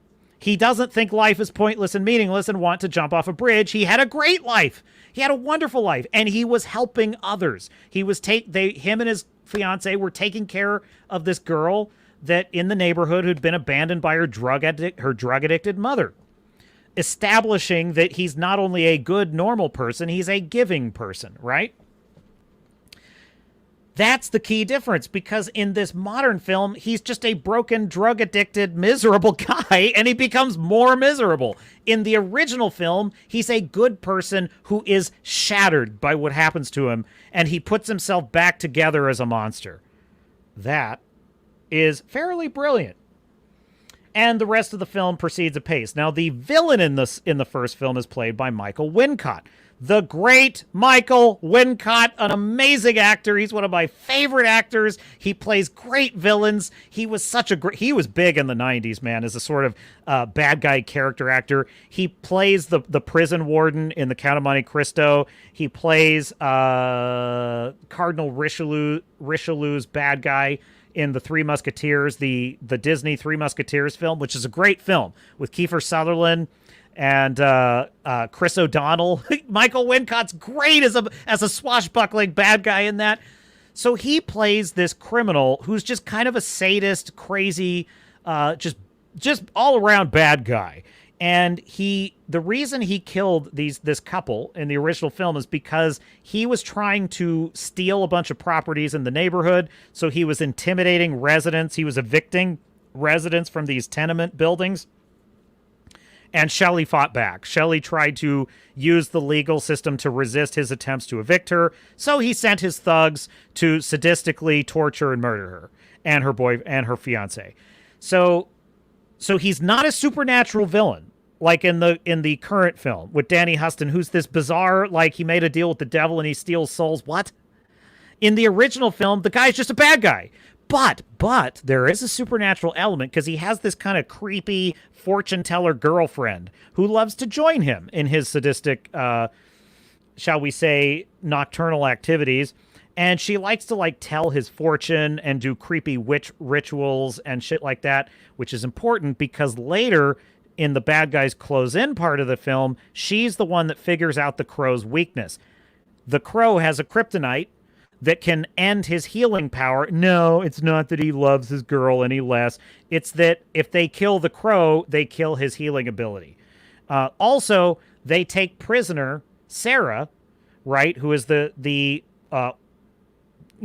almost slightly orphaned girl, the abandoned girl in the neighborhood. They take her prisoner as a hostage to lure the crow out in the final act of the film, which is important. So in other words, he has weaknesses. He has a way to get at it.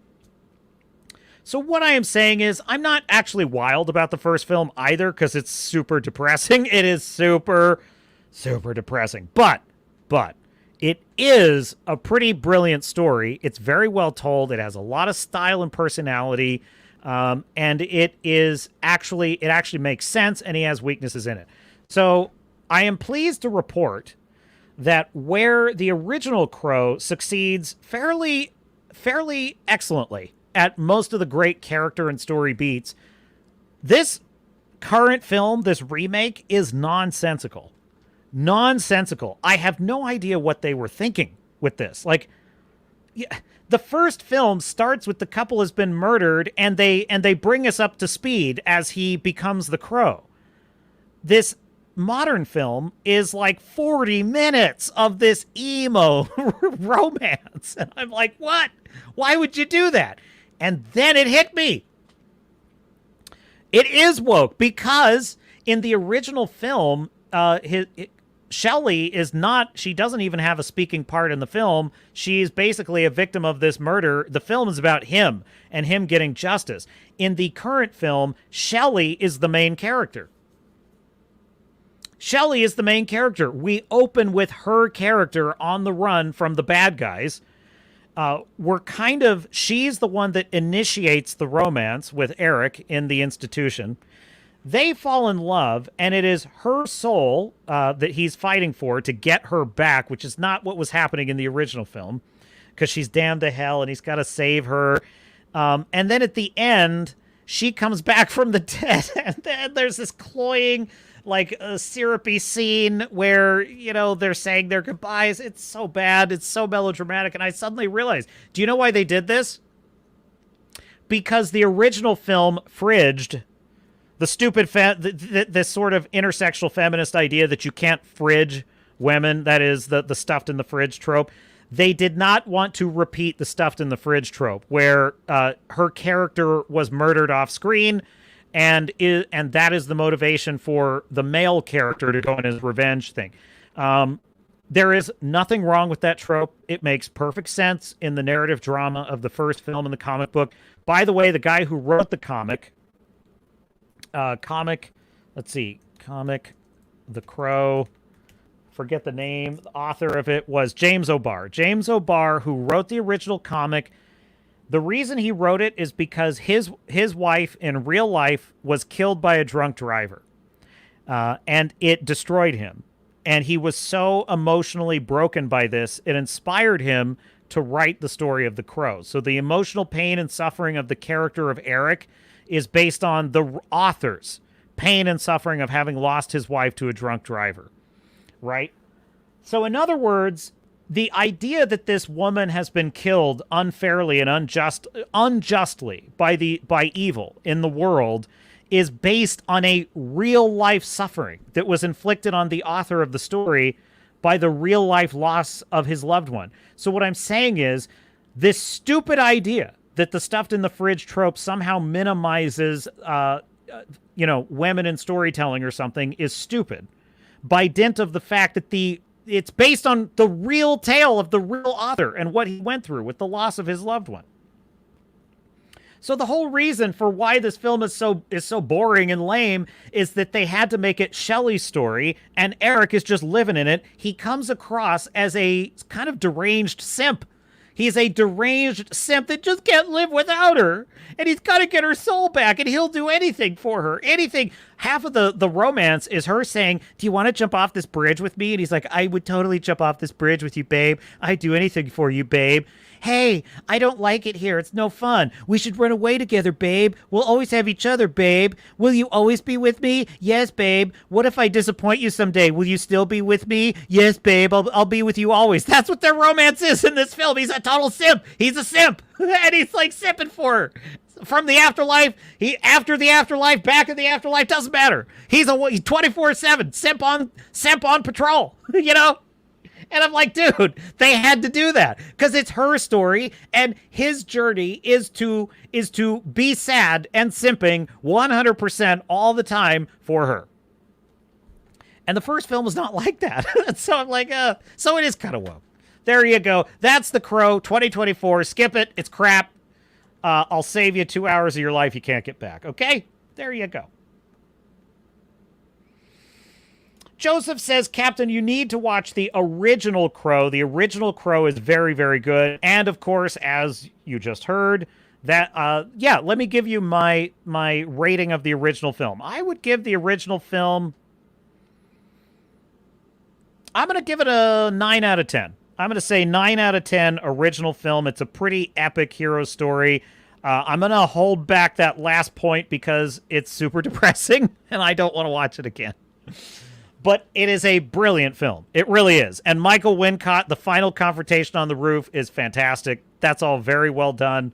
Great storytelling. So I agree with you. The original Crow, and it's kind of amazing because I came away from the remake thinking, well, it's not that it's woke. It's just kind of boring and self-indulgent. Then when I saw the original film, I'm like, there it is. There it is. They stole Eric as being the protagonist, and they basically handed about half of the story over to Shelley and made her the driver of the story, which was what dragged the whole thing down. Anthony says Danny Huston was good in Angel Has Fallen and 30 Days of Night. I have not seen either of those, and I remember 30 Days of Night, that was Josh Hartnett, wasn't it? I got to check that out. Anthony says, you know we saw you Google it, though, right?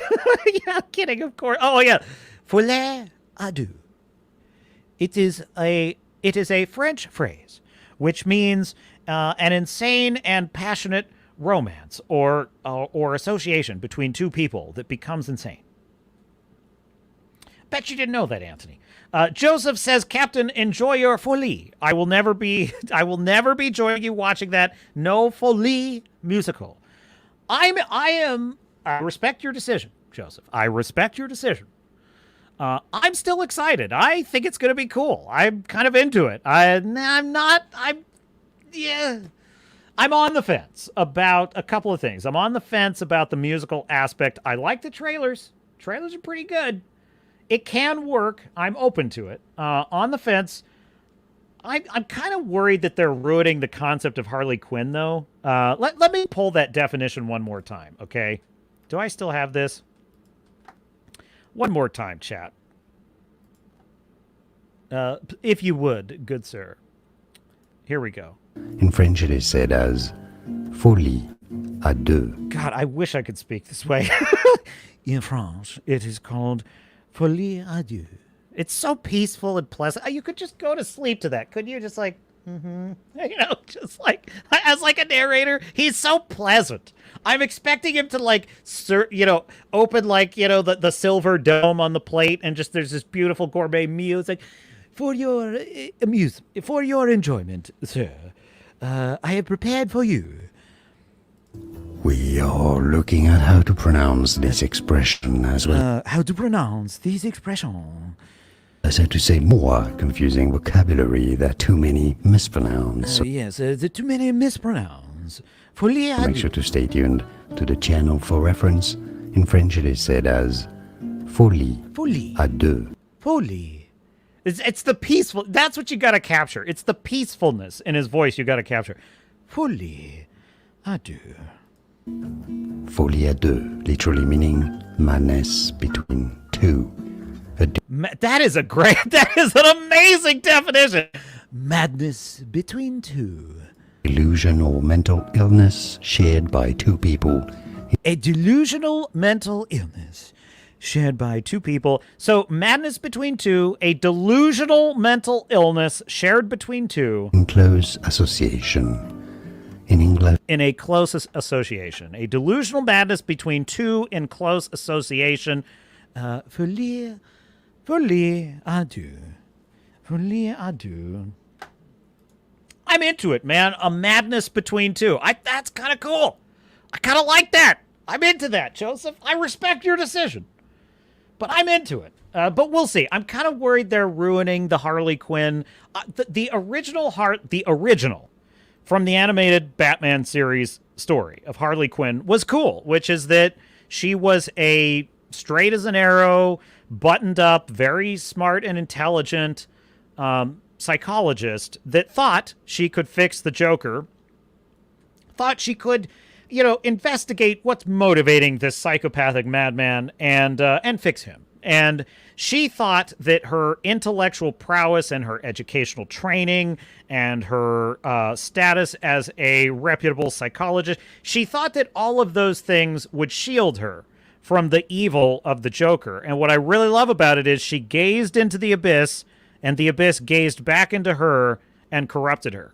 And she went mad along with him. And I think that is a fantastic and fascinating character story.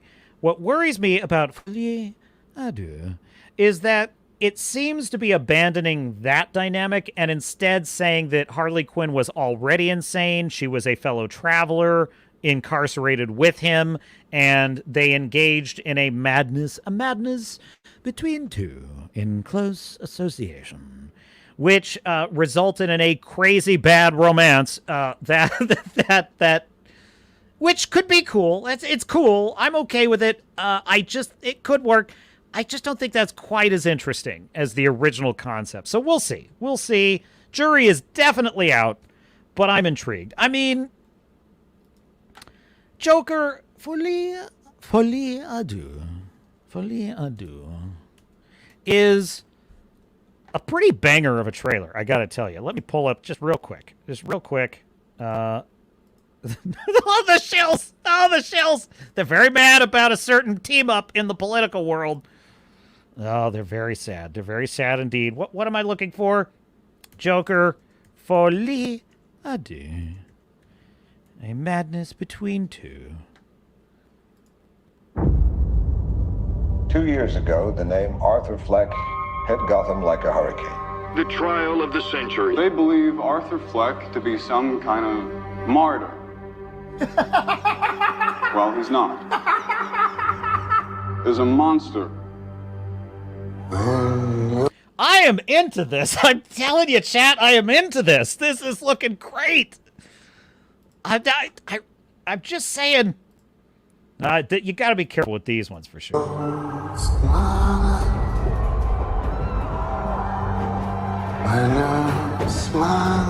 When I first saw Joker, when I saw you, the whole world smiles with you.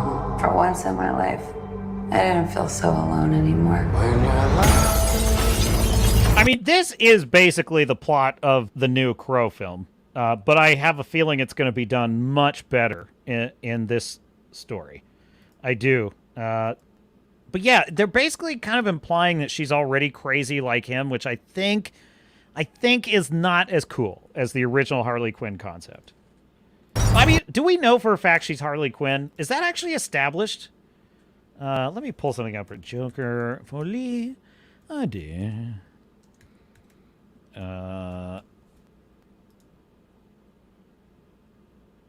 There it is. I think I have it. Oh, man, the posters for this. The marketing is great. The marketing is great here. Lady Gaga. Yeah, so she is Harley Quinn. She is Harley Quinn. Let me kill some tabs in case I don't want the stream to get dragged down here. Yeah, I just don't think that's as cool, but I'm into this. Like, at least in isolation, I'm into this.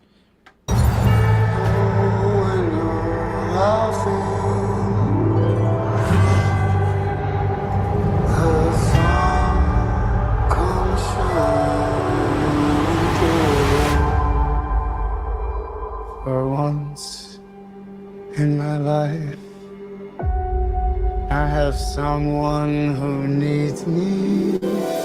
How about you, Arthur? Oh, Brendan Gleeson. What a great actor. One of the greats. You still think you're a star? Showtime.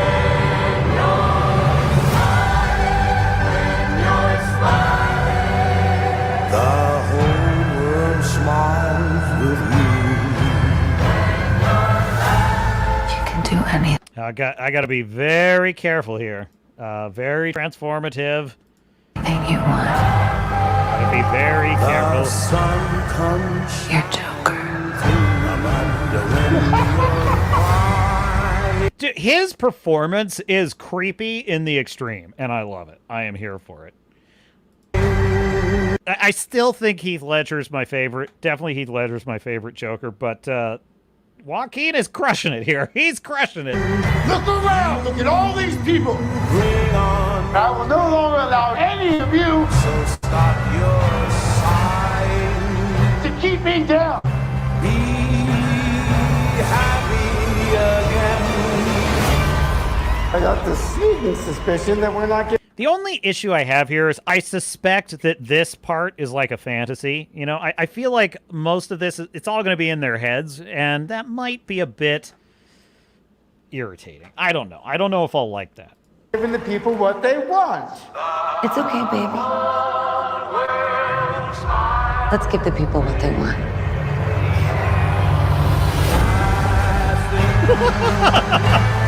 Chaos and mayhem, baby.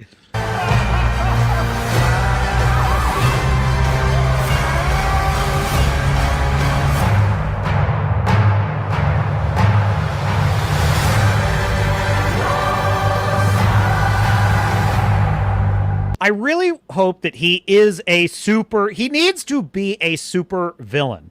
That's the issue. He wasn't a super villain in the first film. He was a guy on his descent into madness.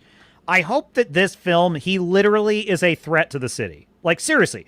Not his reputation, not the kind of madness he sparked, but he himself is a threat to the city, along with her. If it's not that, I'm going to be disappointed. I'll just tell you right now. I will be disappointed, which is why I'm on the fence. I'm not saying, nothing I've seen so far has left me feeling unintrigued. Sing hallelujah. Come on, get happy.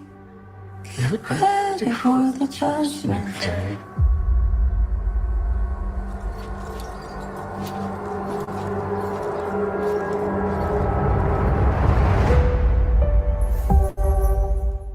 I mean, I don't know.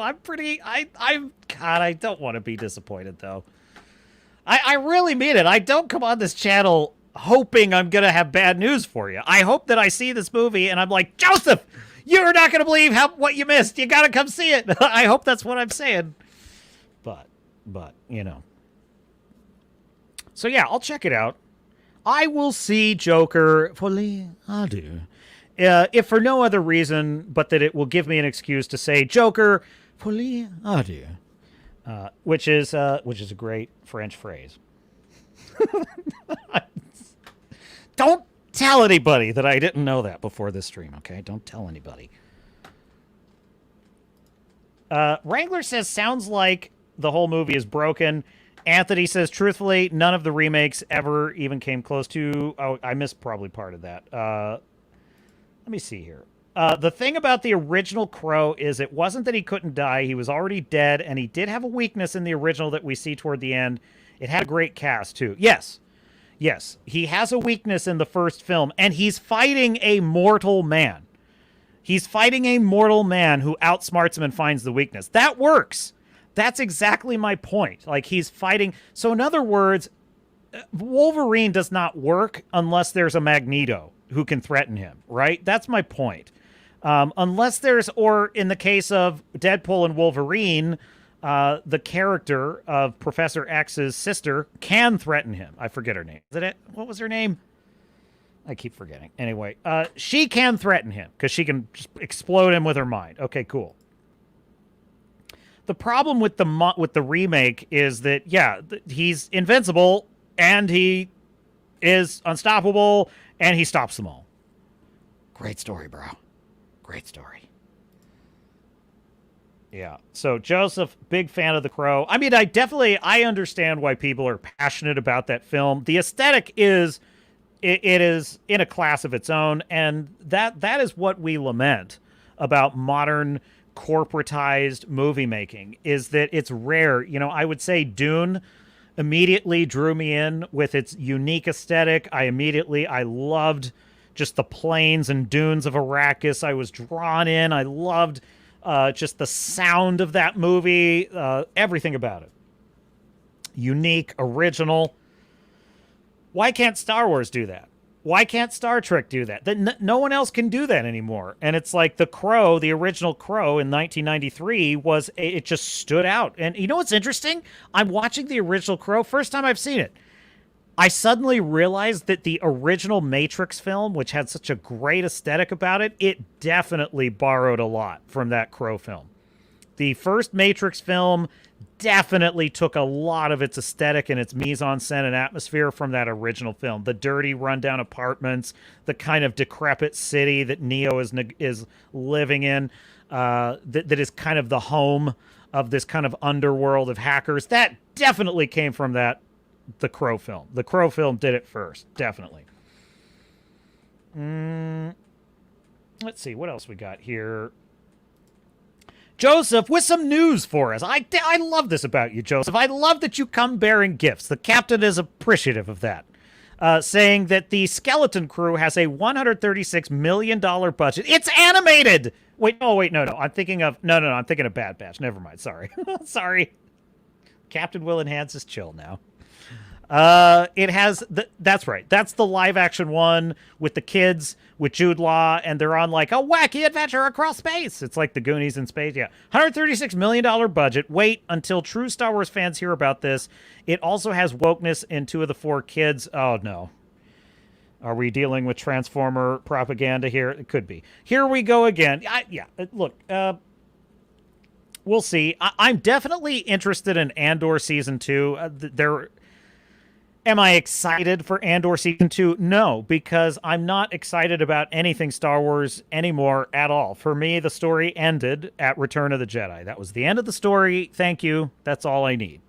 However, I like the world of Andor and what it's doing, and I'm interested enough that I will watch Andor Season 2, and I expect it will be as well written as the first season. Again, I'm not a fan of the pacing of the first season. It was too long, too much boring, repetitive stuff, but every 3rd episode of Andor was a banger and was really well done. And there were some great characters in it, such as Luthen, which I want to see more. Is Luthen still alive? I think he is. I want to see more of Luthen's character, definitely. Stellan Skarsgård's character, brilliant. Not excited or hopeful about Skeleton Crew. It just seems cliche to me. It seems unimaginative. It just seems like the same shit over and over. It looks drab. I'm telling you, every single Disney Star Wars show looks the same. The same. It looks drab. The same. I wonder if I could even find this. Let's see. Let's see here. Just a Hail Mary. George Lucas. See if I can just find a clip of a quote he used to say.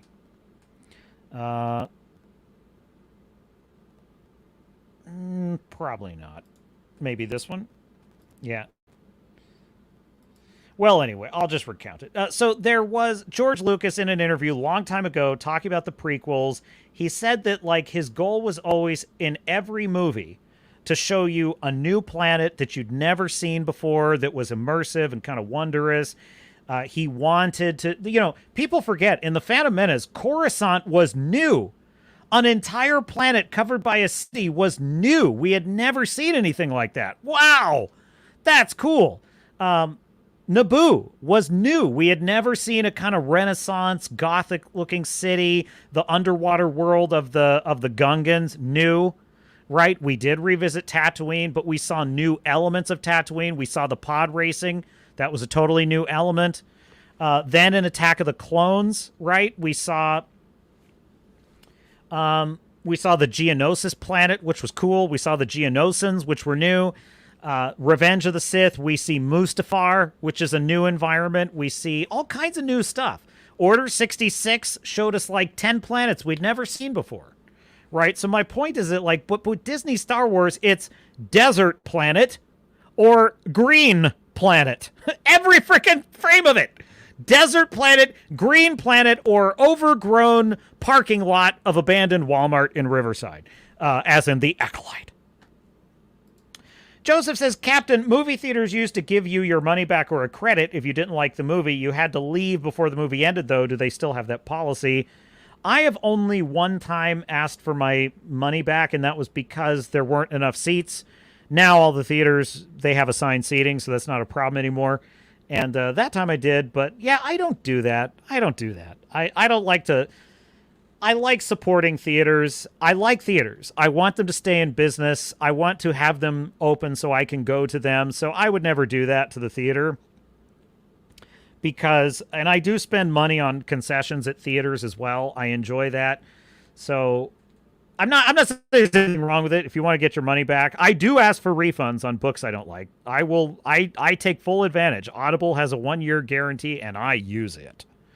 Every couple of months, I just clear out my queue. Did I like this book? No. Refund for that. Did I like this book? No. Refund for that. So I'm an asshole in that way. I give 0 fucks. No, I wouldn't ask for a unless there was a bad experience. Now, if there was like someone being loud in the theater or something, yes, I will ask for a refund and I'll have it. I'll get that refund. But yeah, if the movie's bad, that's not their fault. That's the movie's fault. And what I will do is come onto this channel every Sunday. Please like and subscribe, YouTube, X, and Rumble. I think I said that already. Make sure you like and subscribe, and I will bitch about that movie, and I will light its ass up. So that I will do. Staffyere says, Skeleton Crew, the bottom of the toilet bowl, explosive diarrhea incoming. Agree. Get your flamethrower, Staffyere. Master at Arms on the, or no, Fu Man Blue is the Master at Arms, and Staffyere is the Master Gunner. Redoubt Productions is in the chat and says, I am very leery about Joker 2, a.k.a. Joker Folie. Oh, dear. The original, but have yet to see it since its premiere. Wait, sorry, did I read that right? Enjoyed the original, have yet to see it since... Oh, so you only saw it once. It's kind of a one-watcher. I kind of enjoyed watching it a second time, but it's fine. It's freaking depressing, man. The Crow. The original Crow is a brilliant film. Very depressing, man. And I understand. The poor guy that wrote the comic lost his wife to a drunk driver, and that's pain. I can't even believe... I can't even imagine. So, yes, of course, I understand. And it's a brilliant work of art. I will definitely agree with that. Do I enjoy watching something that's that depressing a lot? No. So I started watching The Joker, and I'm like, oh, this is kind of a one-watch, man. I can't do this more than... It is good, though. It is really good. Redoubt saying, the wait between Joker and Joker 2 has been 5 years, which is promising, as a 5-10 year wait between movies tends to be the sweet spot for sequels. Yeah, people forget. The Star Wars prequels were years in the making, and it was 3 years between each of the prequels. It was Phantom Menace, 3 years later Attack of the Clones, 3 years later Revenge of the Sith, and it resulted in films that hold up. Meanwhile, the Disney sequels, it was like, no time to lose. We got to rush them through. See how that turned out? So you're right about that. Redoubt saying, all I can think of when people talk about The Crow is Sting in WCW in 96-97. Not gonna lie, The Goonies in Space sounds like a fun pitch for a comedy adventure. I mean, listen, if it weren't Disney Star Wars, sure, I'd be open to it. Look, I will say this. George Lucas's Star Wars universe, which is dead now, thanks to Disney, but George Lucas's original Star Wars universe is perfect for a concept like that. It's perfect for it. Unfortunately, Disney is an evil, morally bankrupt company that would be bought if it had Compound V, and is run by stupid people who eat glue. So, I'm sorry, it's not going to work. It's not going to work. Anthony says, every hero needs a proper foil. Agreed. The villain is crucial to the hero working. Yeah, and so there you go. And I will say that might be a failing of the Joker film, is that he doesn't really have a foil. He kind of everything in that world plays into it. But, the Joker, I think the Joker is kind of a, what would you call that? Is that an institutionalized, or is it I would almost call it a fool triumphant story. I would say it's kind of a fool triumphant story, is the original Joker film. But usually in a fool triumphant story, we like the fool. That's usually the case. I don't know that we like Arthur Fleck, but we do feel bad for him. So actually, no, I do think, yeah, I think that works because in the Blake Snyder Save the Cat genres is what I'm speaking of, in case you don't know. The fool triumphant, which, you know, Forrest Gump, The Waterboy, Happy Gilmore, Billy Madison. I know that's 3 Adam Sandler movies. He likes to do fool triumphant stories. Those are all examples of fool triumphant stories. Yes, share the screen. Here we go. Yeah, here we go. The 3 elements of a fool triumphant story are a fool whose innocence is his strength and whose gentle manner makes him likely to be ignored by all but a jealous insider who knows too well.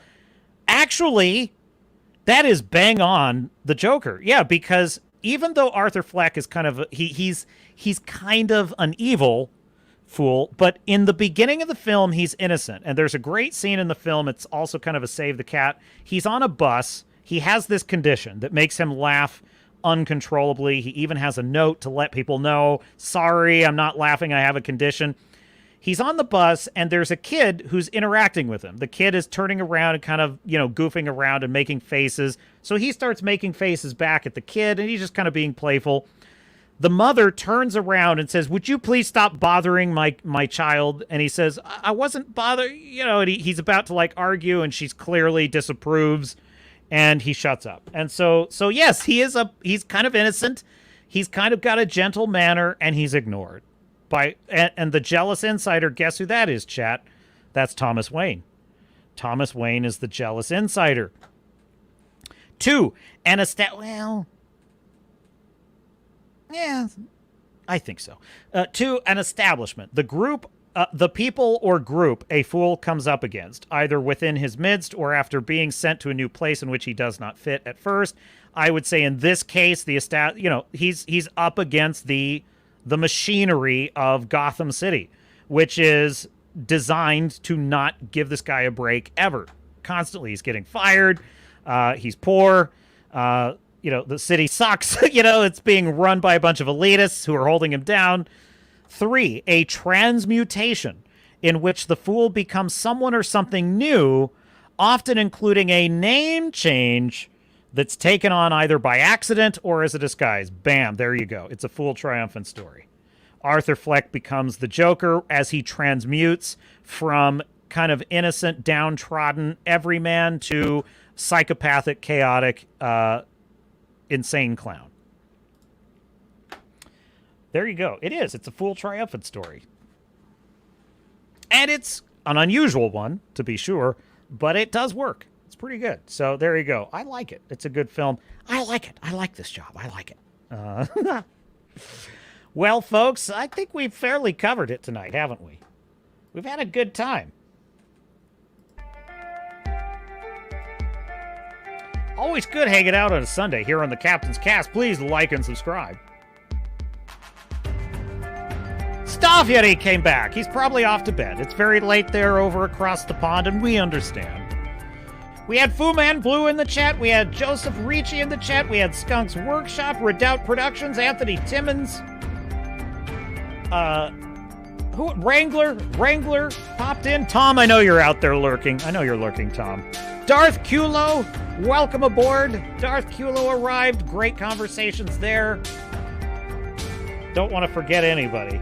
Am I forgetting? I don't think I am. I think I got everybody. If I forgot you, it's my fault. Full responsibility. Yeah, we had great fun. Skunk's Workshop. I think I mentioned Skunk's Workshop. The Acolyte. The Acolyte is gone, folks. It's gone. Because it's a stupid show that was too stupid to exist without the name Star Wars, and it got what it deserved. In the words of Arthur Fleck. So thank you for watching tonight. Thanks for hanging out with me. I love it. It's Staffyeri, he is still here. I am gobsmacked. He hung out for the full show. That's pretty impressive. I appreciate it. It's always fun. I always think maybe this is the one where I'm the only one here. And it never happens. It's pretty awesome. And that's thanks to you, my great chat.